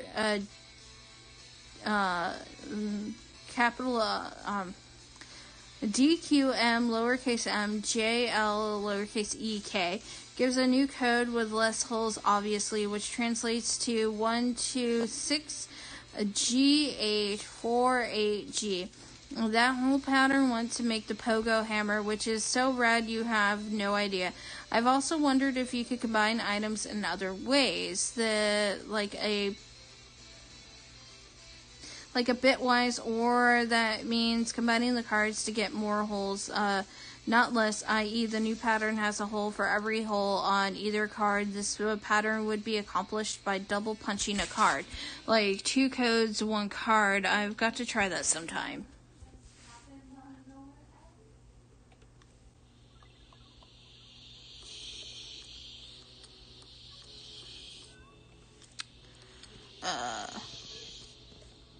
But there are some mysterious things about all this. First of all, with all the hole slots, there are 48 bits in total, which means there are almost 3 trillion possible codes and 300 trillion possible codes, and 300 trillion sounds huge. But when you consider it is supposed to account for all conceivable items, including all the wacky combinations and stuff, it suddenly doesn't seem that big. This leads me to believe that not every combination of item has a viable duplicate, and this is kinda obvious. Anyway, since there are many combinations of punch cards that will produce either a blank card or totally punch card with or, so there are lots of dud combinations out there, and many that will just lead to the same pattern. Like, for instance, a gun and an atom bomb could make some sort of ultimate death ray, but for that matter, a shoehorn and a potted plant could lead to the exact same pattern. So weird. Also, it seems like combined items will always have patterns which with either much fewer holes or much more holes than the more ordinary items, which will occupy the vast, meaty middle of all possible patterns. It is strange and counterintuitive that more complex objects have simpler patterns, but hey, there you have it. But all this sort of makes me guess the system can be cracked in some way. Like, if you have a complicated item and you want to extract simpler item components from it, there might be some algorithm for deriving the pattern you want, or at least narrowing down the possibilities. There might also be ways of charting through the simpler patterns on both ends of the bit spectrum and pinning down the ones that will make cooler stuff. Who knows? I want to ask Jade about this because she's really good at this sort of thing somehow, even though she doesn't have my elite hacker cred. Too bad she makes herself so scarce all the time. Jade, if you ever read this, let me know what you think.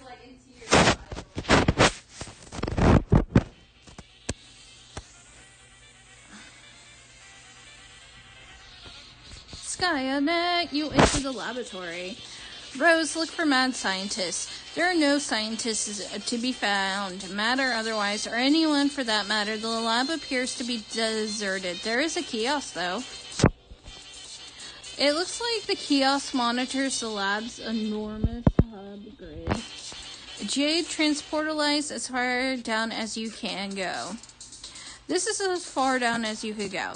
The Grand Foyer is still a few floors down, but the transportalizer on that level is blocked by one of Grandpa's impressive big game trophies. You just don't think he would cotton to someone moving it. Speaking of which, here are some of his trophies now. He has 1 million of these ghastly things. You really dislike them. Jade, proceed. You hop down a level. Granddad always likes to accumulate valiant knights from his travels. These are pretty cool, you guess. Jade, keep going.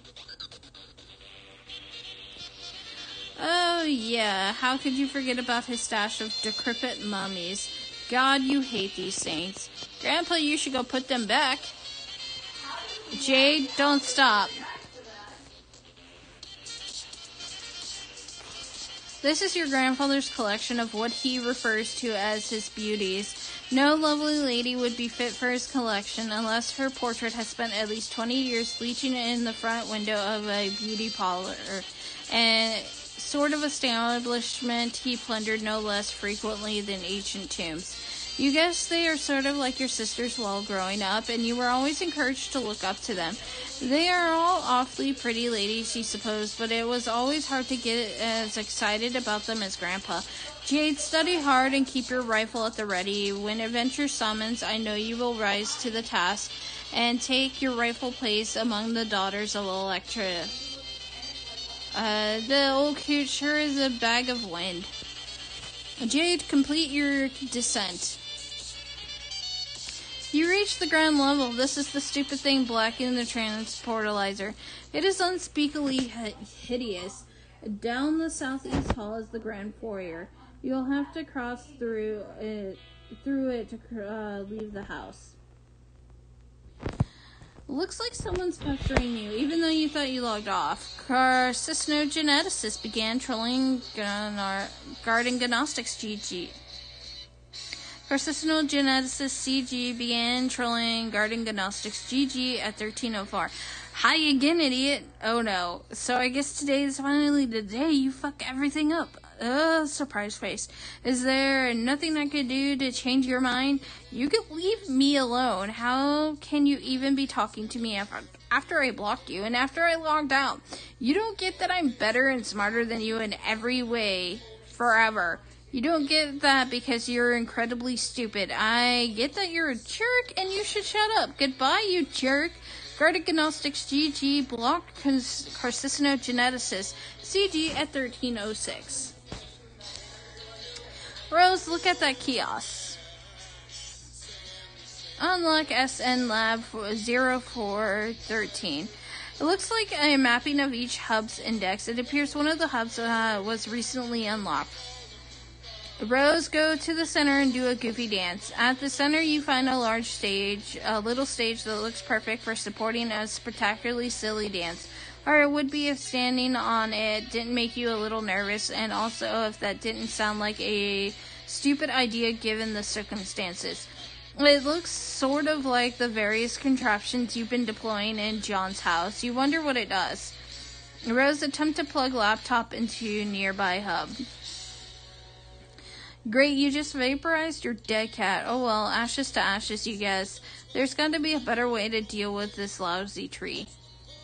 Rose, examine fetch modus. Looks like you could choose between picking leaves or awkwardly uprooting the whole tree, as you've been doing. You select leaf. You also turn off auto balance, since its consequences can be a little mystifying sometimes. You gather up all your items again in an order that places your laptop in a conveniently accessible leaf. You're not sure why you didn't do this a lot sooner. Kind of funny looking tree now, but your concern for structural elegance is at an all-time low. Rose, find the unlocked hub. As long as you're going to plug in your computer, you might as well find that hub. Here is hub SN_lab 0413. It is unlocked and thus removable from the grid. You suspect this was the same beacon transmitting the unsecure signal you were using earlier.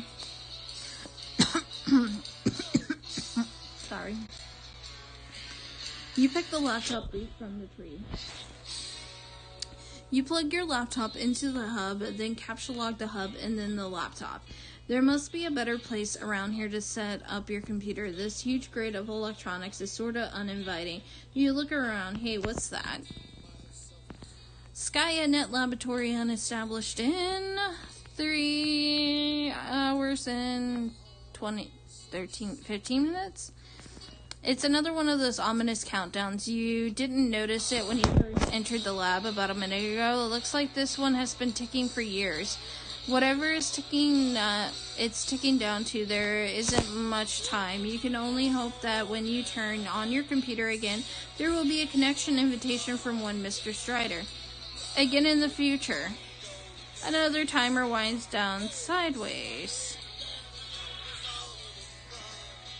Wormy, wormy.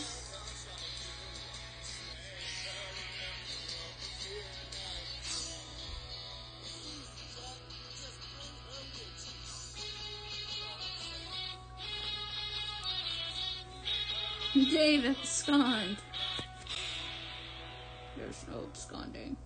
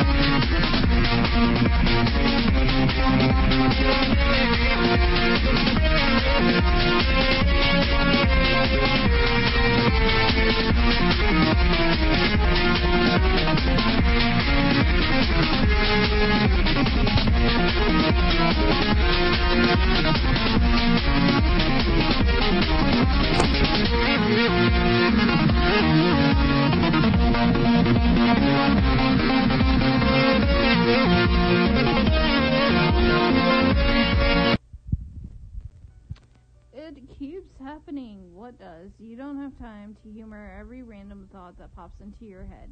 The clock is ticking. Rose, look around for anything of importance. This looks like something of importance. It appears to be Skynet's primary session terminal, monitoring a great number of SPERP sessions in the northeastern United States and parts of Canada. Upon further investigation, you draw some logical conclusions. It looks like each session consists of an IP address and a physical location. The colored dots on the map appear to be meteor impact sites. It seems each session corresponds with a meteor, but not all meteors have sessions. The color of the dot appears to indicate the status of the meteor's descent. The red dots indicate meteors that have already landed. Yellow dots are imminent collisions. Green will impact later, and blue will take the longest to touch down.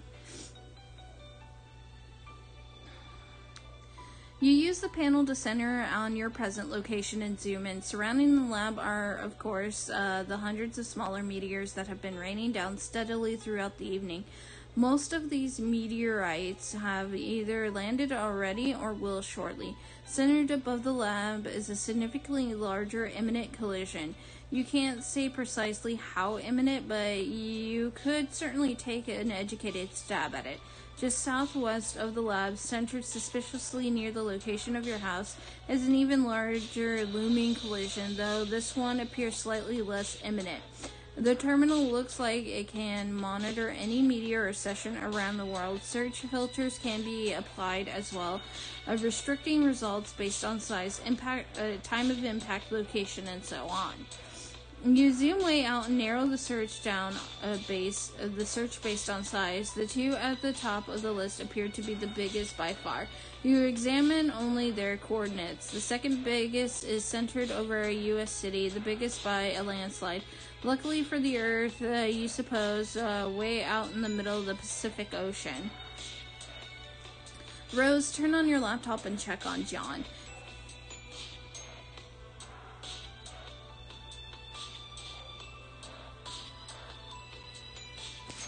You plug the laptop into the hub again and turn it on. It is now powered and connected to the wireless signal the hub is broadcasting. Your Spurb session reconnects. Oh, I forgot to do something. Let me do something.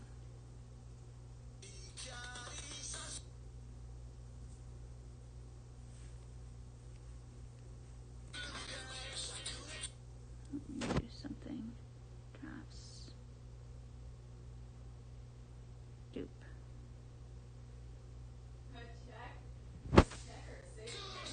You plug the laptop into the hub again and turn it on. It is now powered and connected to the wireless signal the hub is broadcasting. Your Spurb session reconnects. No sign of John here. You wonder why the house is shaking. Last time you saw him, he was on one of the roof platforms. You will have to navigate via the Spurb interface to find him. Rows up, ascend. Navigate.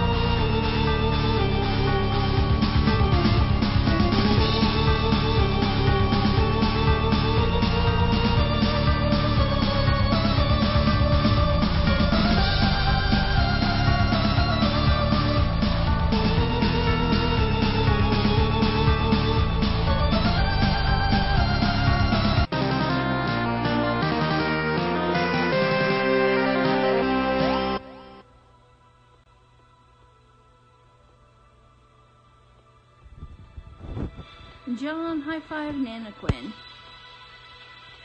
Good work, John. Oh, hey, you're back. For now, I'll have to leave again shortly. It looks like there's another large meteor headed for my present location. Oh, so you mean Dave connected with you? Not yet. I'll explain later, but I think I've determined that activating the timer in the game is not directly responsible for summoning a meteor to your location. The countdown seems merely to exist as a kind of warning to the player, as well as a strange coincidence. Okay, I don't really think I get it. Is this relevant? Probably not at the moment, and certainly not to you. I have to go. Okay, later. P.S. Try not to waste too much of that grist while I'm gone. John, climb the echelon. You rocket up the echelon to the dizzying heights of the vaunted Boy Skylark rung. Your new feather is hard-earned and well-deserved, and alarming fashionable. John, collect fat loots. You and your ceramic port hollow rejoice in the amount of wealth yielded from your meteoric ascent up the ladder. You are still not sure what all these boon dollars can actually get you, but when pulling in such insane loot, hand over fist like this, who cares? Not you. John, pick up as much grist as you can hold. Your expanded cash limit is more than enough to accommodate the grist windfall. You gather up 2,260 pieces of bill grist, 1,040 pieces of shale, 490 drops of tar, and 350 drops of mercury. You can't wait to find out what amazing items this new supply of grist will be just barely insufficient to produce. Oh god, there's grist littered down there too. These stupid ogres were like huge grist pinatas. One of those big sour grape electric holocaust fruit gushers is jammed in the hole in the platform. You guess there's only one way to get it.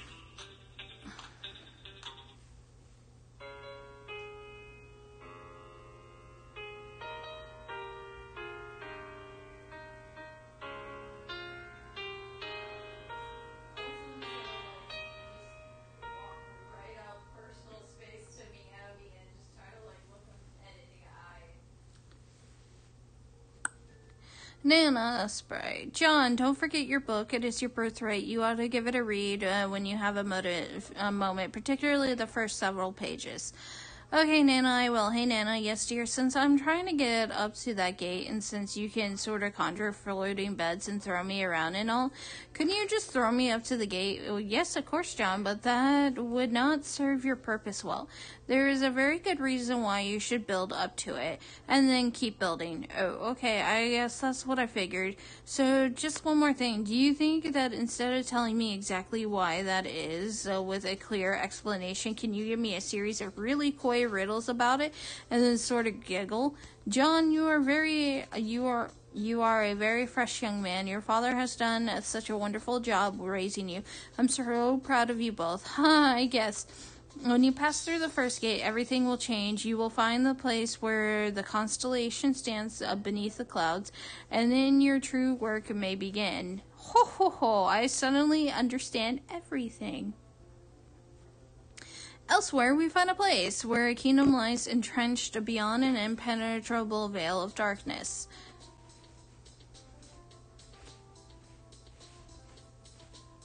Doof.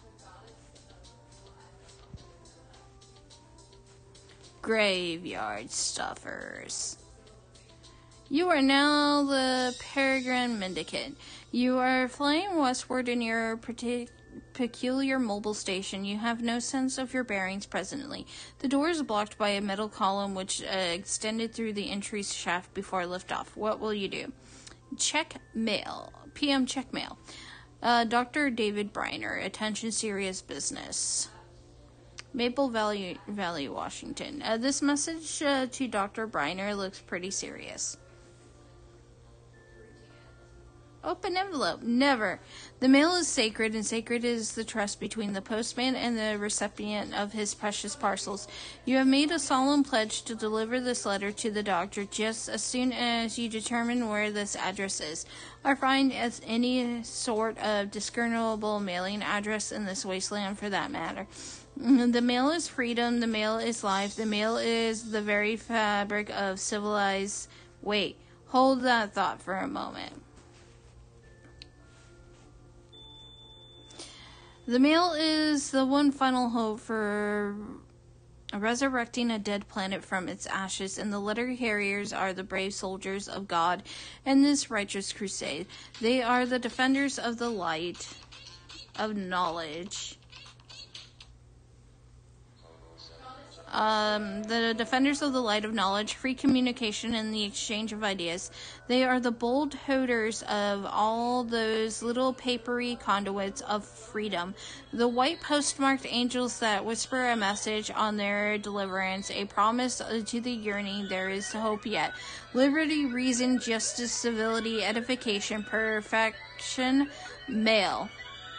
PM, examine keyboard and screen. It's the terminal you use to activate the station's homing mechanism. It looks like has now returned control to you. The default viewport displays commands previously entered, including your last and only command, forward arrow home. PM, type forward arrow view. You type another one of the previously entered commands. It switches to the view of a young girl standing alone somewhere.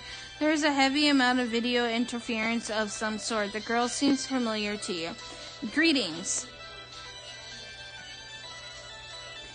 Do I know you? Kabloomy. Rose, refuse to acknowledge the absurd tea set. You successfully disregard the tea set because it's stupid and shouldn't be in a place like this. You probe further into the lab. It looks like a little girl's room. This all strikes you as a little bit odd. No time for messing around in here, though. Rose, wear the scarf. Be the writer. Okay, maybe you'll do a little messing around. You are only human after... Ugh, what's that? You are accosted by a friendly mutant kitten. John resists great urge to take the wedge shell. You know you should grab this thing, but...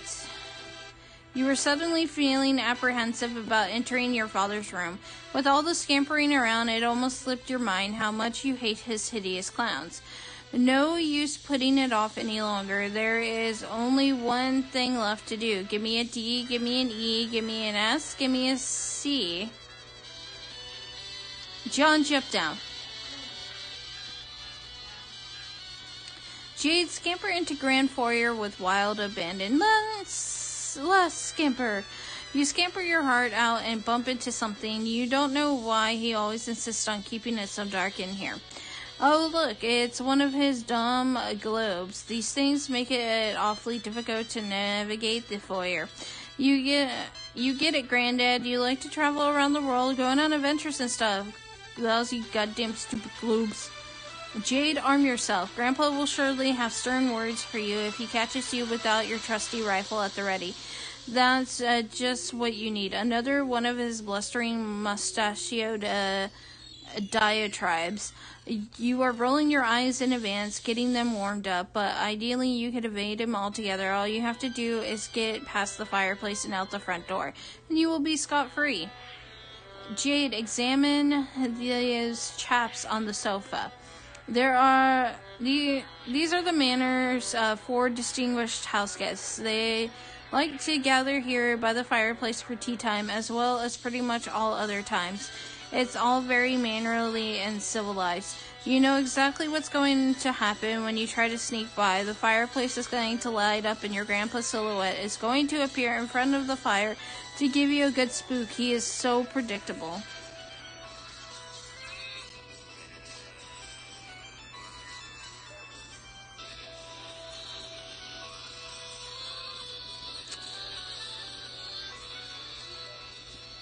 And there he goes. The old man has the flame.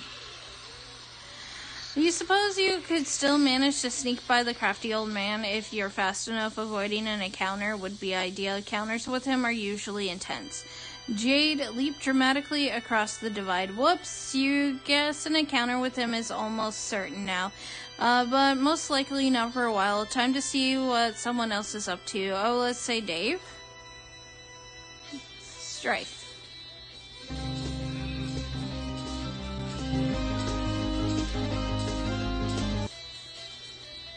Strife.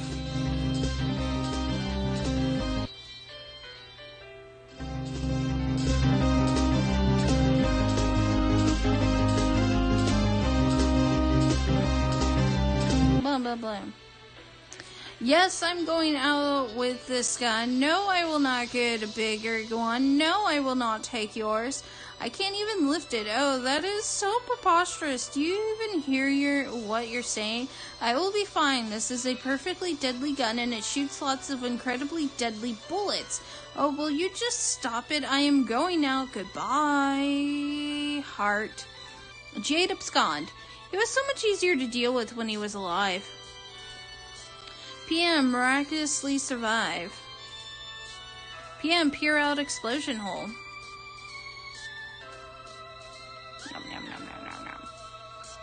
Rose refused to acknowledge the absurd kitten. You fail miserably. Oh, look, there's some more mad science crap over here. Rose, insert coin. This weird arcade gizmo adapted to the setup obviously doesn't take coins anymore, assuming it ever did. Besides, you left all your coins on the fridge, remember? Rose, let's play a game. This doesn't appear to be a game. It appears to be a purifier. Rose, screw around with the purifier. You mess with the controls. Hey, Jaspers is alive. Or at least he was in the past. According to the timestamp, this was almost 9 years ago. You try to move the crosshairs with the joystick, but it seems to be permanently locked on a specific target. You might be able to unlock it, but you clearly don't have much time to horse around with this thing.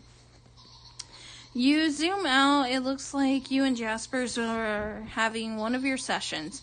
You weren't making a lot of progress, though, because Jaspers was no doubt being characteristically reclient. You possibly jotted this phrase down in your pad. It's hard to remember, though. Wait, could this be that day? Rose calls time paradox. Paradoxify. You attempt to appear Jaspers. This would surely cause a time paradox. because you can plainly see that he has not told you his secret yet. But it seems the machine has a safety mechanism to prevent such irresponsible purification practices. The Paradox Ghost's imprint of Jasper's purifies instead and quickly settles into a mound of sludge. The machine beside it sucks up the Paradox sludge and begins some kind of automated procedure. It seems whatever sort of premortal biochemical properties the sludge possesses is being evaluated by the device. The device generates a fetal paradox clone of Jasper's. The wretched creature exhibits a number of unfortunate mutations, though. The good news is that it will be mercifully unestablished along with this facility shortly. This is also the bad news. Whoever was operating this machine in the past may have been making unsuccessful attempts to perfect the science of ectobiology. Rose, have a flashback. There is no need for a flashback. Conveniently, you can watch what happened right here on the monitor. You roll the clock forward a few seconds. Jasper reveals his stunning secret to you in strict confidence. Before you could ask him to clarify, he vanished into thin air. You now believe you understand why. However, you were not the one to purify him from this moment. Your hand was nowhere near the controls just now.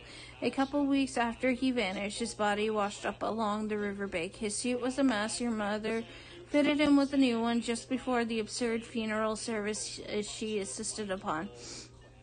Rose traced Jasper's whereabouts on the machine. You roll the clock forward to a week after he vanished. It seems there is no accessible feed tracing his whereabouts during that time frame.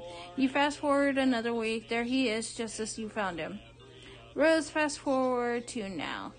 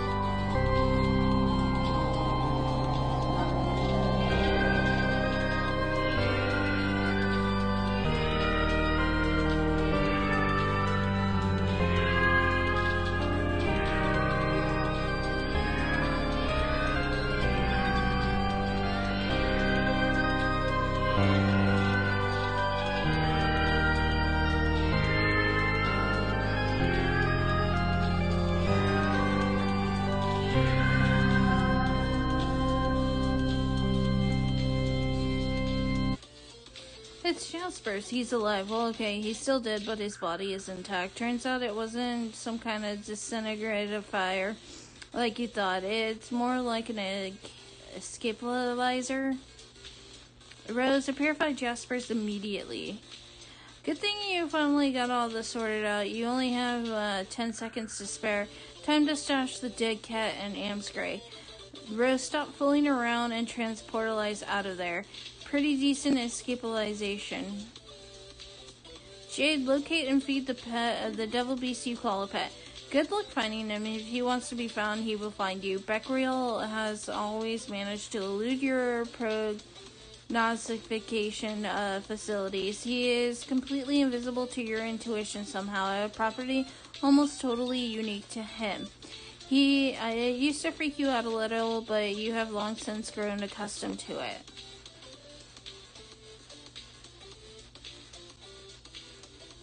Huh? Oh, it was nothing at all. Moving right along. Jade retrieved the package you expected to arrive.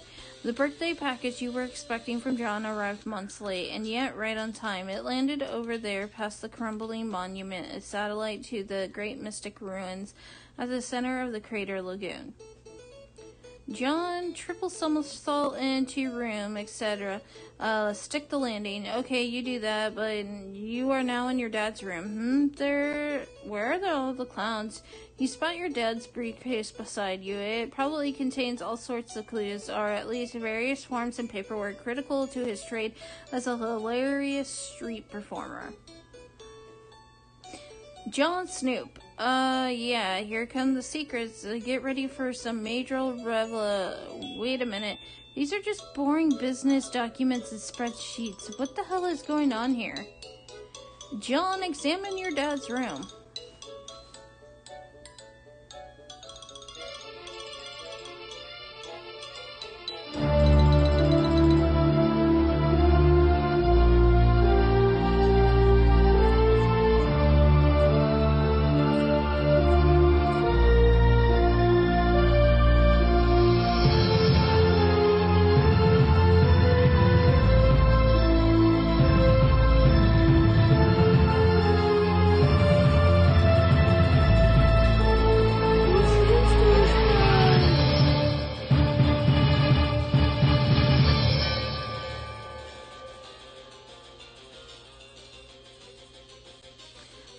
John, calm down. It will be alright.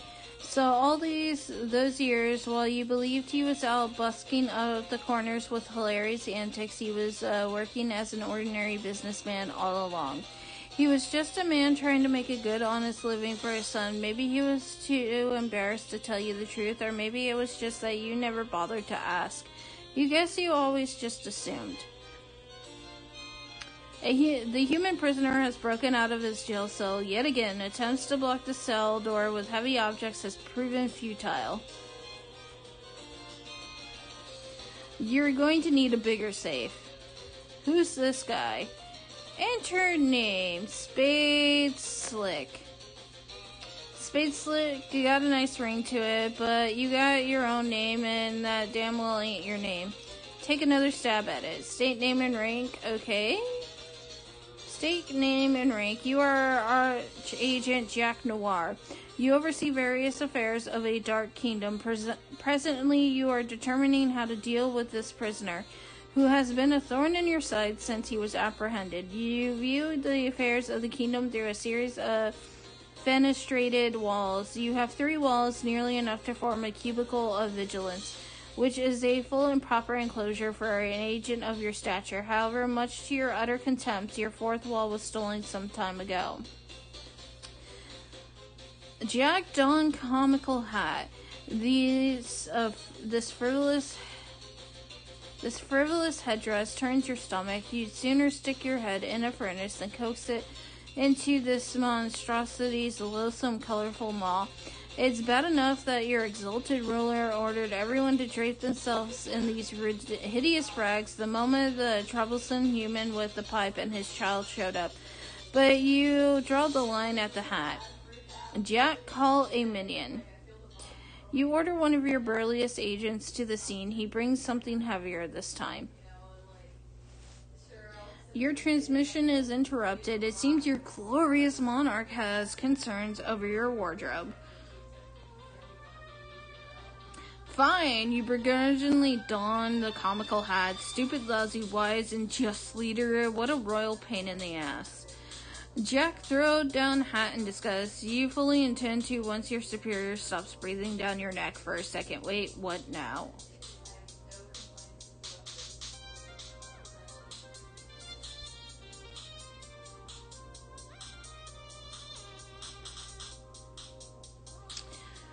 Your blood is boiling so hot you could cook an egg on your carspus. Looks like you'll have to go handle this yourself. Alright, so I'm going to end the stream here.